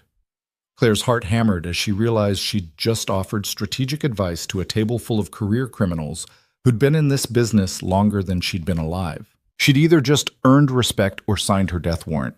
Then Damien's hand found hers under the table, squeezing gently. "My wife makes an excellent point. Balance, adaptation, strength without rigidity." His eyes swept the table. "Perhaps you all could learn something from someone who's survived by being smart rather than simply brutal." The rest of the dinner passed in uneasy tension, conversation stilted and careful. Claire continued to observe, noting how Vincent grew progressively drunker and more belligerent, how Robert remained withdrawn and resentful, how Elena stayed perfectly controlled and utterly unreadable. When the meal finally ended and the guests began to depart, Claire felt exhausted from the effort of maintaining her facade. She said goodbye to each person with appropriate warmth, watching them file out until only she and Damien remained in the dining room. "Well," Damien said, wheeling himself away from the table. "That was illuminating. What did you observe?" Claire organized her thoughts carefully. "Vincent is angry and feels disrespected. He thinks you've gone soft, lost touch with what made your father's organization strong. He's volatile enough that he might act rashly if he thought he had support." She paused. "But I don't think he's the traitor. He's too loud, too obvious. If he wanted you dead, he'd challenge you directly, not plant bombs." "Agreed. And Elena?" "Elena is the most dangerous person at that table." Claire met Damien's eyes. "She's patient, calculating, and completely without sentiment. If she's betraying you, it's because someone made her a better offer. But she's also smart enough to know that you're the best thing for her right now. I don't think she's the traitor either, unless something significant has changed that we don't know about. Which leaves Robert." "Which leaves Robert," Claire confirmed. "He's ideologically opposed to half of what you do. He's morally uncomfortable with violence. And he's arrogant enough to think he could run things better, cleaner, more ethically. She thought about the flush of anger on Robert's face during dinner. He's also the type who would rationalize murder as necessary for the greater good. Killing you to save the organization from itself? That's the kind of twisted logic someone like Robert could embrace. Damien was quiet for a long moment, his fingers drumming on the arm of his wheelchair. Your reasoning is sound, but reasoning isn't proof. I need evidence before I can act. Then we get evidence. Claire's voice was firm. Give me access to Robert. Let me befriend him, earn his trust, get him talking. If he's the traitor, he'll eventually slip. That's dangerous, Claire. If Robert is willing to plant bombs, he won't hesitate to eliminate anyone who threatens to expose him. I know, Claire squared her shoulders, but you said you needed someone they wouldn't suspect. Robert sees me as Damen Cross's naive new wife, possibly a civilizing influence. I can use that. I can get close to him in a way you can't. Damien studied her face for a long moment, and Claire saw conflict warring in his dark eyes. Finally, he nodded slowly. All right, but you'll wear a wire during any private conversations, and Marcus will never be more than 30 seconds away. The moment you feel unsafe, you abort. Understood? Understood, Claire agreed. They sat in silence for a moment, the weight of what they were planning settling over them both. Then Damien reached out, pulling her chair closer to his until they were face to face. You were extraordinary tonight, he said quietly. The way you handled Vincent's aggression, Robert's moral superiority, Elena's mind games, the way you diffused the tension with that speech about balance. You're a natural at this, Claire. I just said what seemed reasonable, Claire protested. No.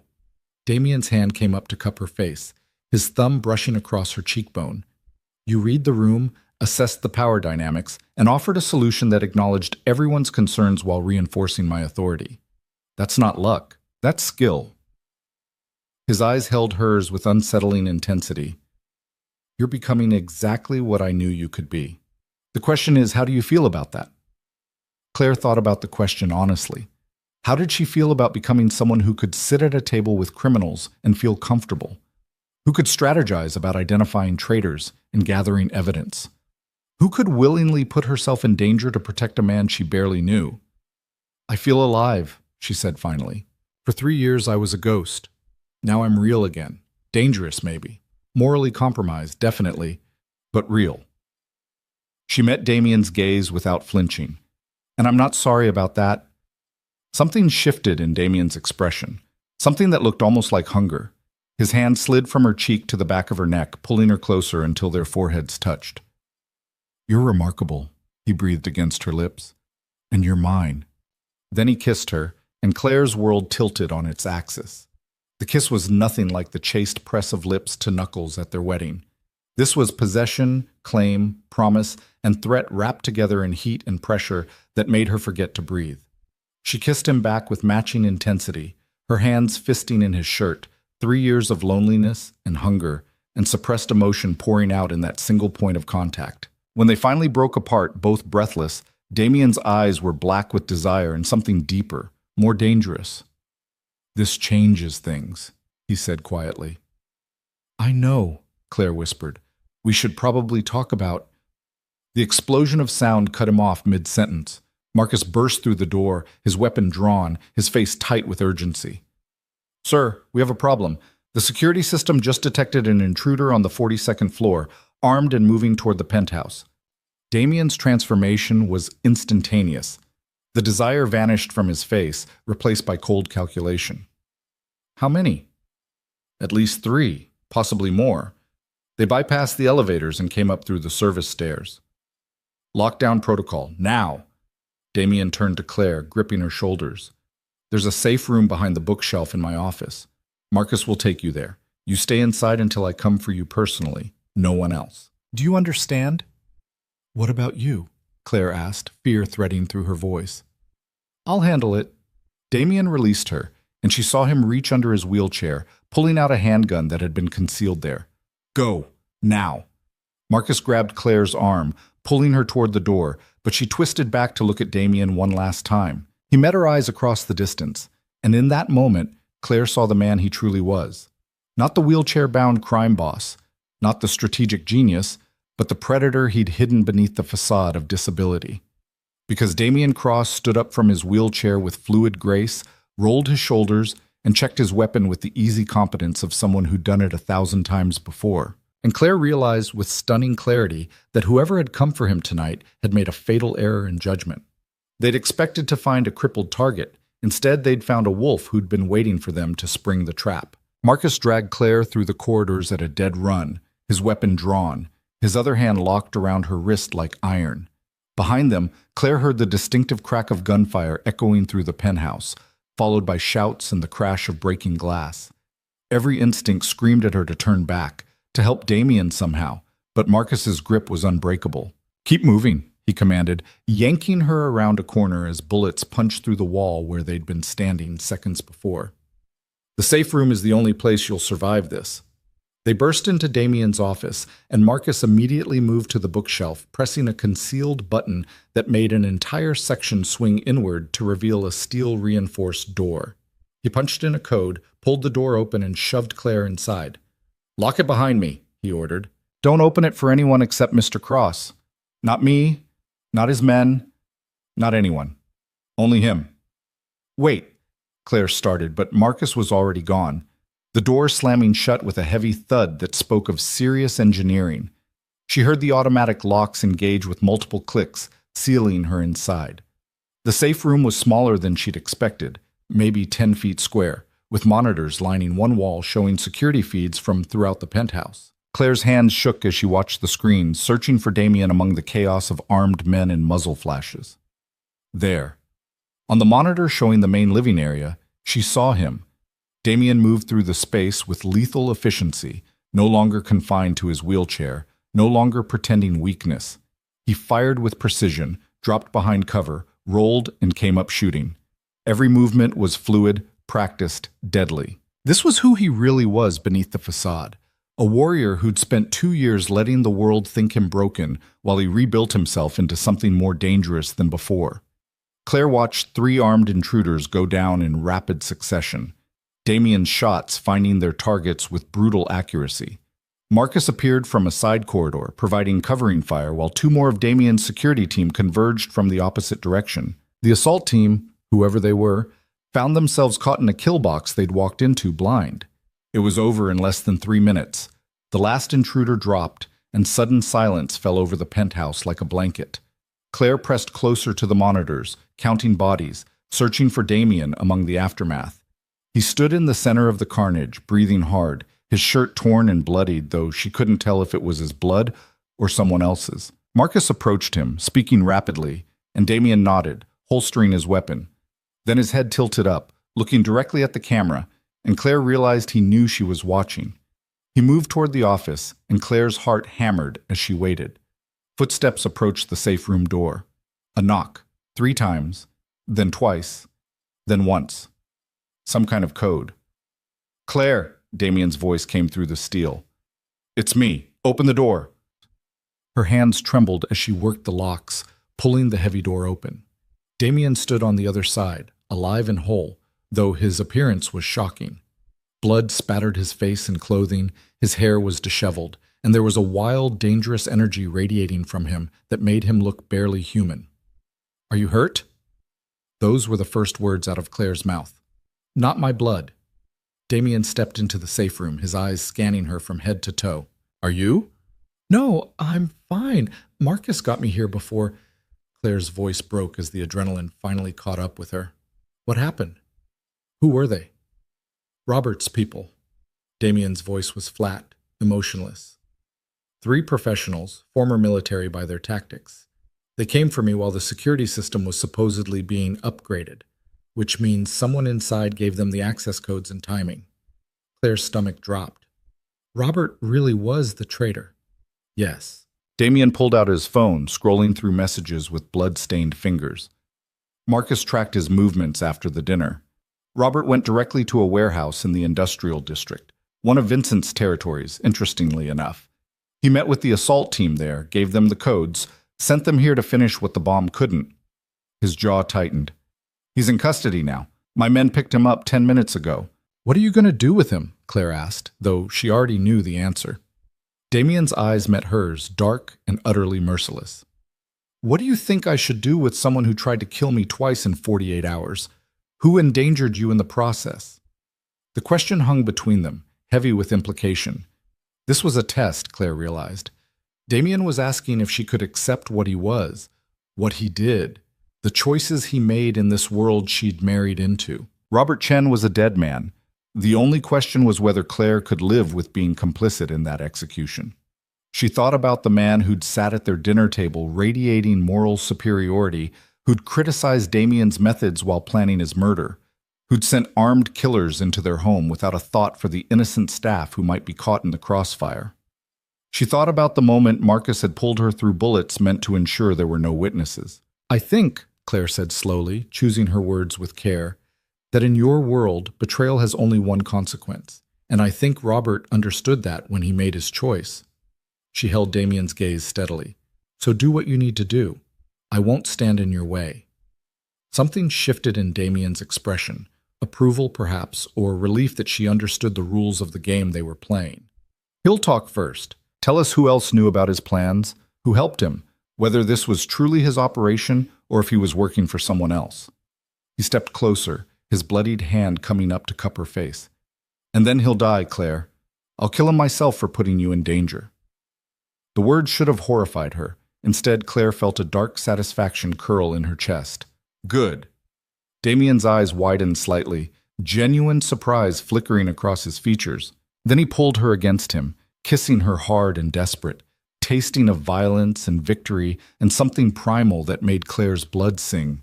She kissed him back with equal intensity, her fingers tangling in his hair, both of them alive and whole when they could have been dead. When they finally broke apart, Damien rested his forehead against hers. I need to handle this. Robert's interrogation, cleanup, securing the building. It's going to take hours. I know. Claire's hand slid down to rest on his chest, feeling his heart pounding beneath her palms. Do what you need to do. Will you be here when I'm done? The question was quiet, almost vulnerable. Where else would I go? Claire asked. This is my home now. You're my husband. I'm not going anywhere. Damien's arms tightened around her for a moment. Then he released her and stepped back, the crime lord's mask sliding back into place. Marcus will stay with you. Don't leave the penthouse. The building is secure, but I'm not taking chances. He left, and Claire sank onto the leather sofa in the safe room, her legs finally giving out.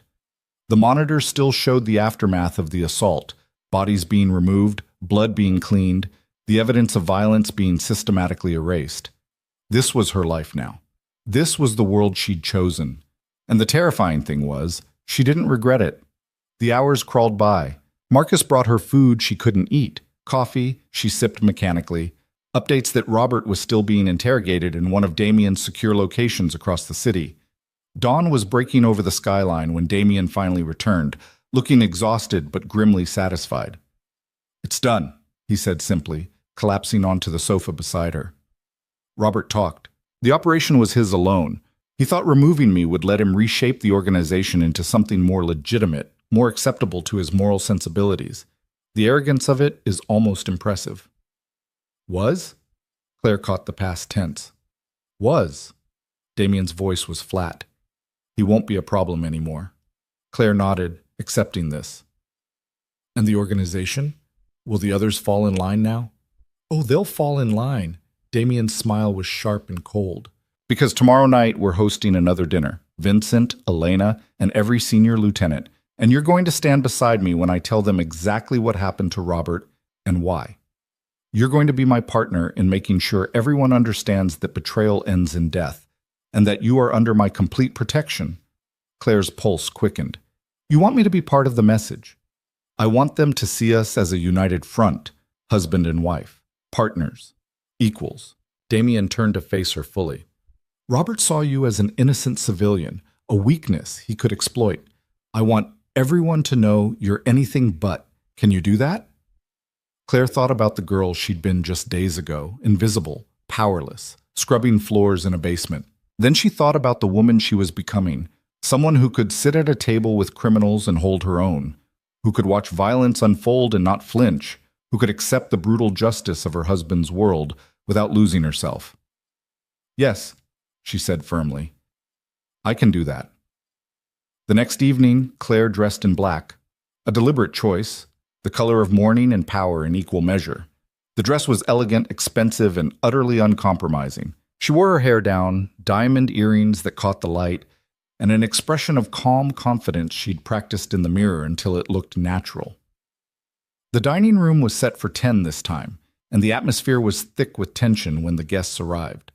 Vincent came first, his scarred face carefully neutral, though his eyes darted around the room as if expecting an ambush. Elena followed, immaculate as always, her ice-blue eyes taking in every detail with calculating precision. The others filed in, senior lieutenants, key players, all of them clearly aware that something significant was about to happen.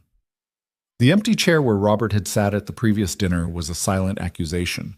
Damien sat at the head of the table in his wheelchair, the illusion of disability firmly back in place. Claire took her position at his right hand, her spine straight, her expression serene. She was learning to wear masks almost as well as her husband. "Thank you all for coming on such short notice," Damien began, his voice carrying absolute authority despite its conversational tone. "I imagine you're wondering about Robert's absence." The room went utterly still. "Robert Chen is dead," Damien continued matter-of-factly. "He was the traitor who planted the bomb at the charity gala and who sent an assault team into my home last night. He believed I was weak, believed he could remove me and reshape this organization according to his vision of moral purity." Damien's smile was cold as winter. He was wrong. Vincent's face had gone pale. Elena's expression remained perfectly controlled, but Claire saw her fingers tighten almost imperceptibly on her wineglass. "I want to be very clear about something," Damien said, his voice dropping to something quiet and deadly. "This organization exists because of loyalty. Loyalty to me, loyalty to each other, loyalty to the code we all live by. Robert forgot that. He put his personal beliefs above the collective good, and he paid the price." He paused, letting the silence stretch, letting the fear build. "But Robert made another mistake," Damien continued, and his hand found Claire's on the table, lacing their fingers together. "He saw my wife as a weakness, as a civilian caught in circumstances beyond her control, as someone who could be threatened or eliminated without consequence." His eyes swept the table, making contact with each person in turn. "He couldn't have been more wrong. Claire's my partner in every sense of the word. She has my complete trust, my complete protection, and my complete authority to act on my behalf. Any disrespect shown to her is disrespect shown to me. Any threat against her is a threat against me. And we all saw how threats against me are handled."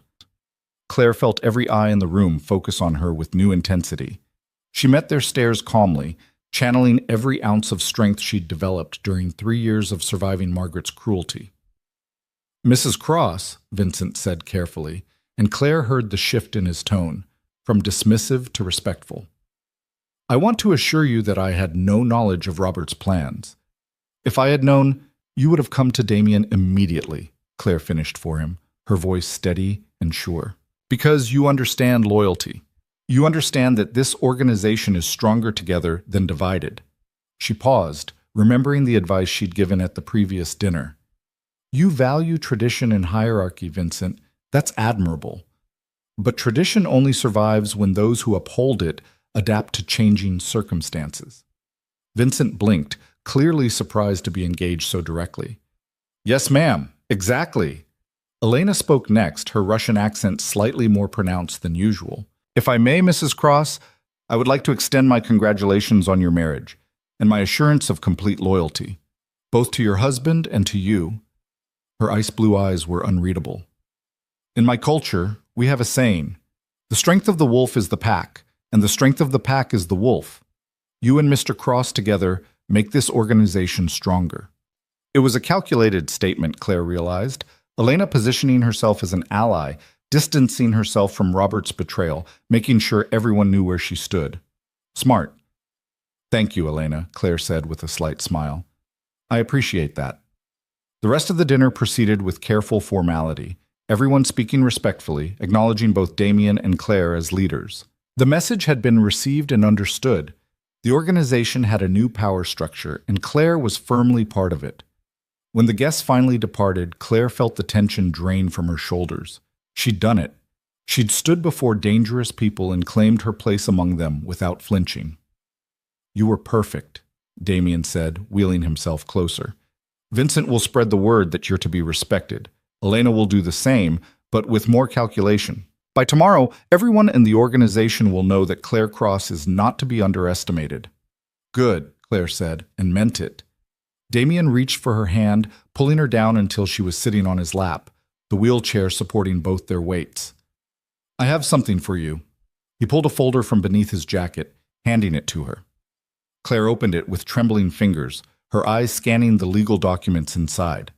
Property deeds, bank statements, corporate ownership papers, all in her name. "What is this?" she whispered. "Your insurance policy." Damien's arms wrapped around her waist, holding her close. "The Holloway mansion and everything Margaret stole from you, I bought it all back. The house, your father's company, even the art and antiques she sold off. It's all yours again, legally and completely. If anything happens to me, you'll have resources, security, the ability to build whatever life you want." Claire's eyes burned with unshed tears as she stared at the documents. Her home, her inheritance, everything she'd thought lost forever, returned to her like a gift from the universe. "But that's not all," Damien continued quietly. "The mansion is yours, but Margaret and Sabrina are still living there. I wanted to give you the pleasure of removing them yourself." Claire's head snapped up, meeting his dark eyes. "You want me to evict them?" "I want you to reclaim what's yours." Damien's smile was sharp. "With me beside you, if you want. Or alone, if you'd prefer. Either way, it's time for Margaret Holloway to face the consequences of 3 years of cruelty."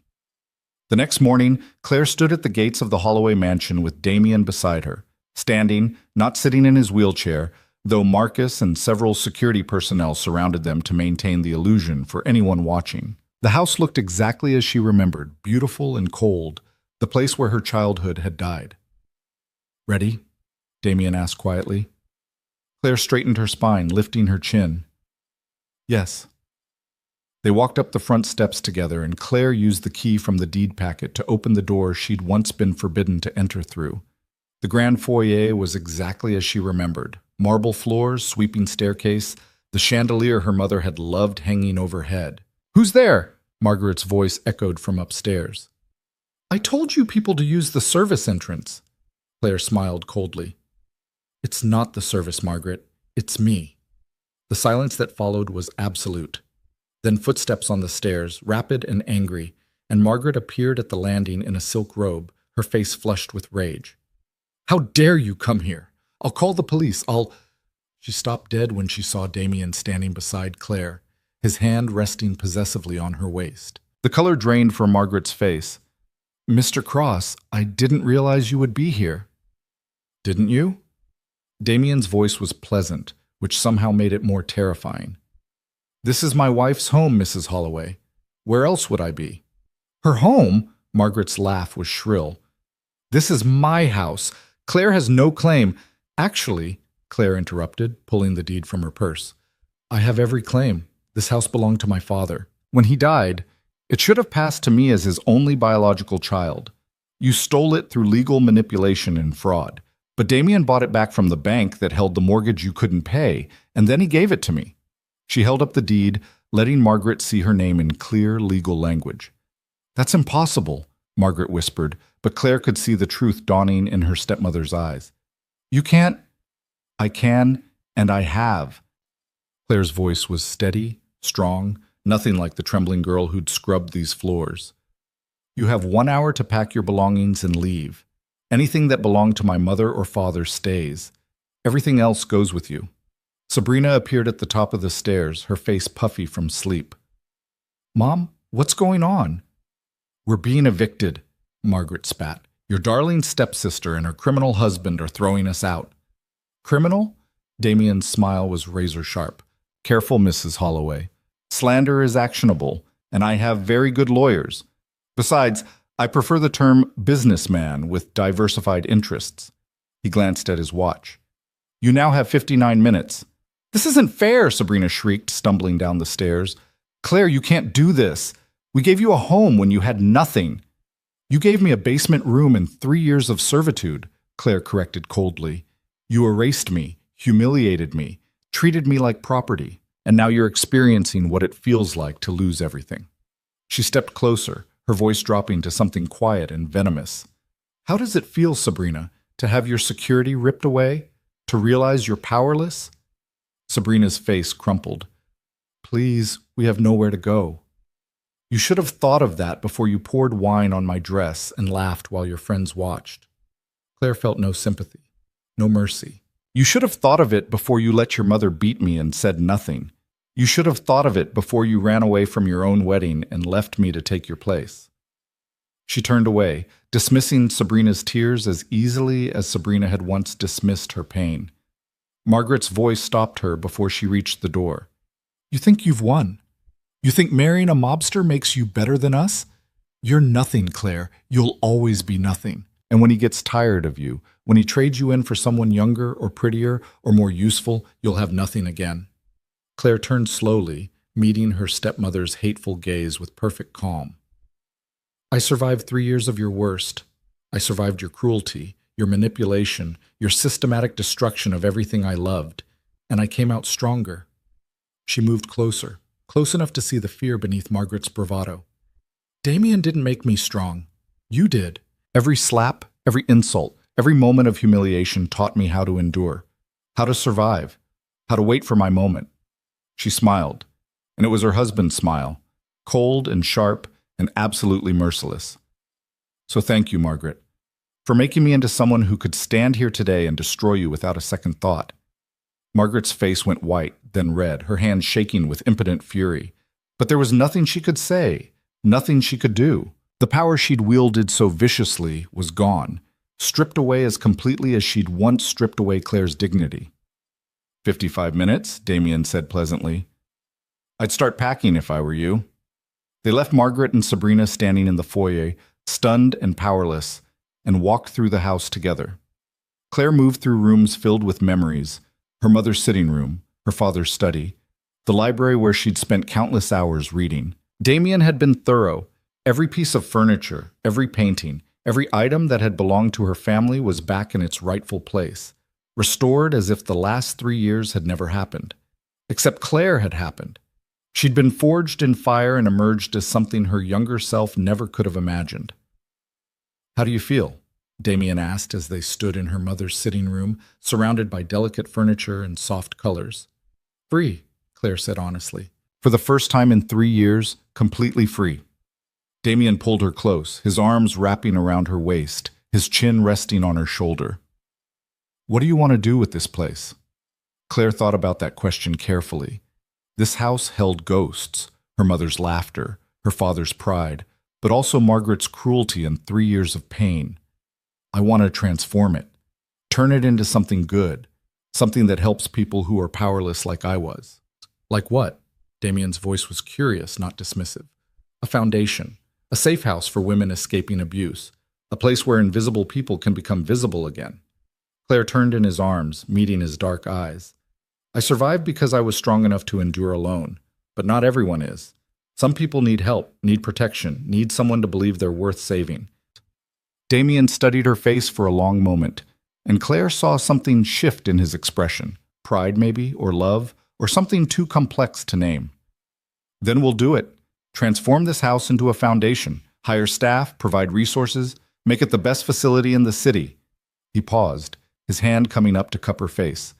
You'll be brilliant at it, turning pain into purpose. They sealed the promise with a kiss, standing in her mother's sitting room while Margaret and Sabrina packed their belongings upstairs, the old life dying to make room for something new. True to their word, they left exactly 1 hour later.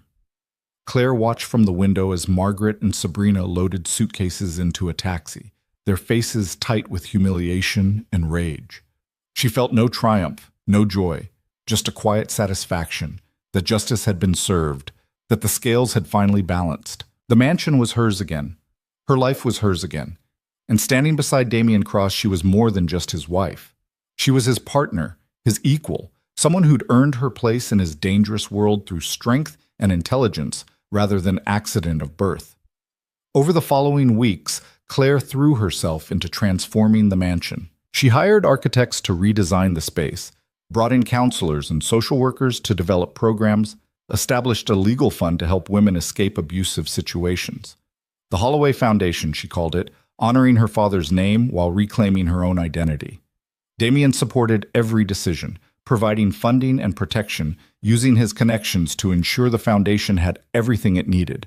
But he never tried to control it, never questioned her choices. This was hers, and he respected that boundary absolutely. Meanwhile, Claire continued her education in Damien's world. She learned to shoot with Marcus, became proficient enough to handle herself in dangerous situations. She sat in on business meetings, contributed strategic insights, became known throughout the organization as someone whose intelligence matched her husband's. Vincent learned to respect her judgment. Elena learned to value her input. The entire hierarchy adjusted to accommodate the reality of Claire Cross as a power in her own right. And at night, when the business was handled and the masks could come off, Claire and Damien built something neither of them had expected. A genuine partnership, a marriage that was more than convenience or strategy. They learned each other's scars, shared each other's nightmares, found comfort in the knowledge that they'd both survived the worst the world could throw at them and emerged stronger. 6 months after their wedding, Claire stood in the grand ballroom of the newly renovated Holloway Foundation, surrounded by reporters and city officials, cutting the ribbon for the official opening. Damien stood beside her, walking now, his wheelchair abandoned as the secret of his mobility slowly became public knowledge through carefully managed revelations. He'd decided that maintaining the deception was less valuable than standing beside his wife as an equal, and Claire loved him more for that choice than for any gift he'd given her. "Mrs. Cross," a reporter called out, "some people have criticized your foundation, given your husband's business interests. What do you say to those who question your motives?" Claire met the camera's eye directly, her voice calm and sure. "I say that everyone deserves a chance to rebuild their life, regardless of where they come from or what circumstances brought them to our door. This foundation exists to help women who've been made invisible by abuse, by poverty, by systems that failed them. We don't judge. We help." She paused, her hand finding Damien's. "And yes, my husband's resources help fund this work. I'm not ashamed of that. I'm grateful for it. Because without his support, these women would have nowhere to go." The reporter started to ask another question, but Victoria Ashford appeared at Claire's elbow, immaculate as always. "I think that's enough questions for today. Mrs. Cross has actual work to do, unlike those of us who simply write about it." The reporters laughed and the crowd began to disperse, moving toward the refreshment tables Claire's staff had prepared. Victoria lingered, her sharp eyes assessing Claire with the same intensity as their first meeting. "You've come a long way from that terrified bride at the charity gala," Victoria observed. "I was never terrified," Claire corrected gently. "Just uncertain. There's a difference." Victoria's smile was genuine. "Indeed. Well, you've made quite an impression on this city, Mrs. Cross. The foundation is brilliant. Your work with your husband's organization is the subject of considerable speculation, and you've become something of a legend among the women you've helped." She paused. "I'd love to do a feature story. The transformation of Claire Holloway into Claire Cross. From invisible to undeniable." Claire considered the offer carefully. A year ago, the idea of publicity would have terrified her. But she'd learned that visibility was power, that being seen meant being taken seriously. "All right," she agreed, "but I want editorial approval, and any proceeds from the article go to the foundation." "Done." Victoria extended her hand and Claire shook it, sealing the agreement. As the evening wound down and the guests departed, Claire found herself alone with Damien in the ballroom, surrounded by the transformed space where she'd once been a servant. The irony wasn't lost on her. "Your mother would be proud," Damien said quietly, pulling her into his arms. "Turning pain into something beautiful. That takes strength most people don't have." "I learned from you," Claire replied. "You turned weakness into a weapon. I'm just following your example." "No." Damien's hand came up to tilt her face toward his. "You're creating your own path. I gave you tools, maybe, and protection. But this?" He gestured at the foundation around them. "This is all you, Claire. Your vision, your strength, your refusal to let the past define your future." Claire kissed him, pouring 3 years of gratitude and 6 months of growing love into the contact. When they finally broke apart, she rested her forehead against his. "Thank you," she whispered, "for seeing me when I was invisible, for believing I was worth saving." "Thank you," Damien countered, "for choosing to stay when you could have run, for becoming my partner instead of my victim, for making me believe that something good could come from the empire I built on violence and fear." They stood together in the empty ballroom, two broken people who'd found wholeness in each other, who'd built something real from a foundation of lies and necessity. The past was behind them. Margaret and Sabrina living in a small apartment across the city, powerless and forgotten. Robert Chen buried and unmourned, the organization stronger than ever under their joint leadership. The future stretched ahead, uncertain but no longer frightening.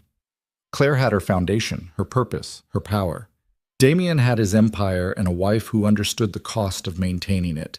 Together, they had something neither had ever expected to find, a partnership built on mutual respect, shared strength, and the bone-deep knowledge that they'd survived the worst and emerged unbreakable. Claire Holloway, the invisible girl who'd scrubbed floors and endured humiliation, was gone forever. In her place stood Claire Cross, philanthropist, strategist, partner to the most dangerous man in the city, and a woman who'd learned that true power came not from avoiding the darkness, but from walking through it and emerging with your soul intact.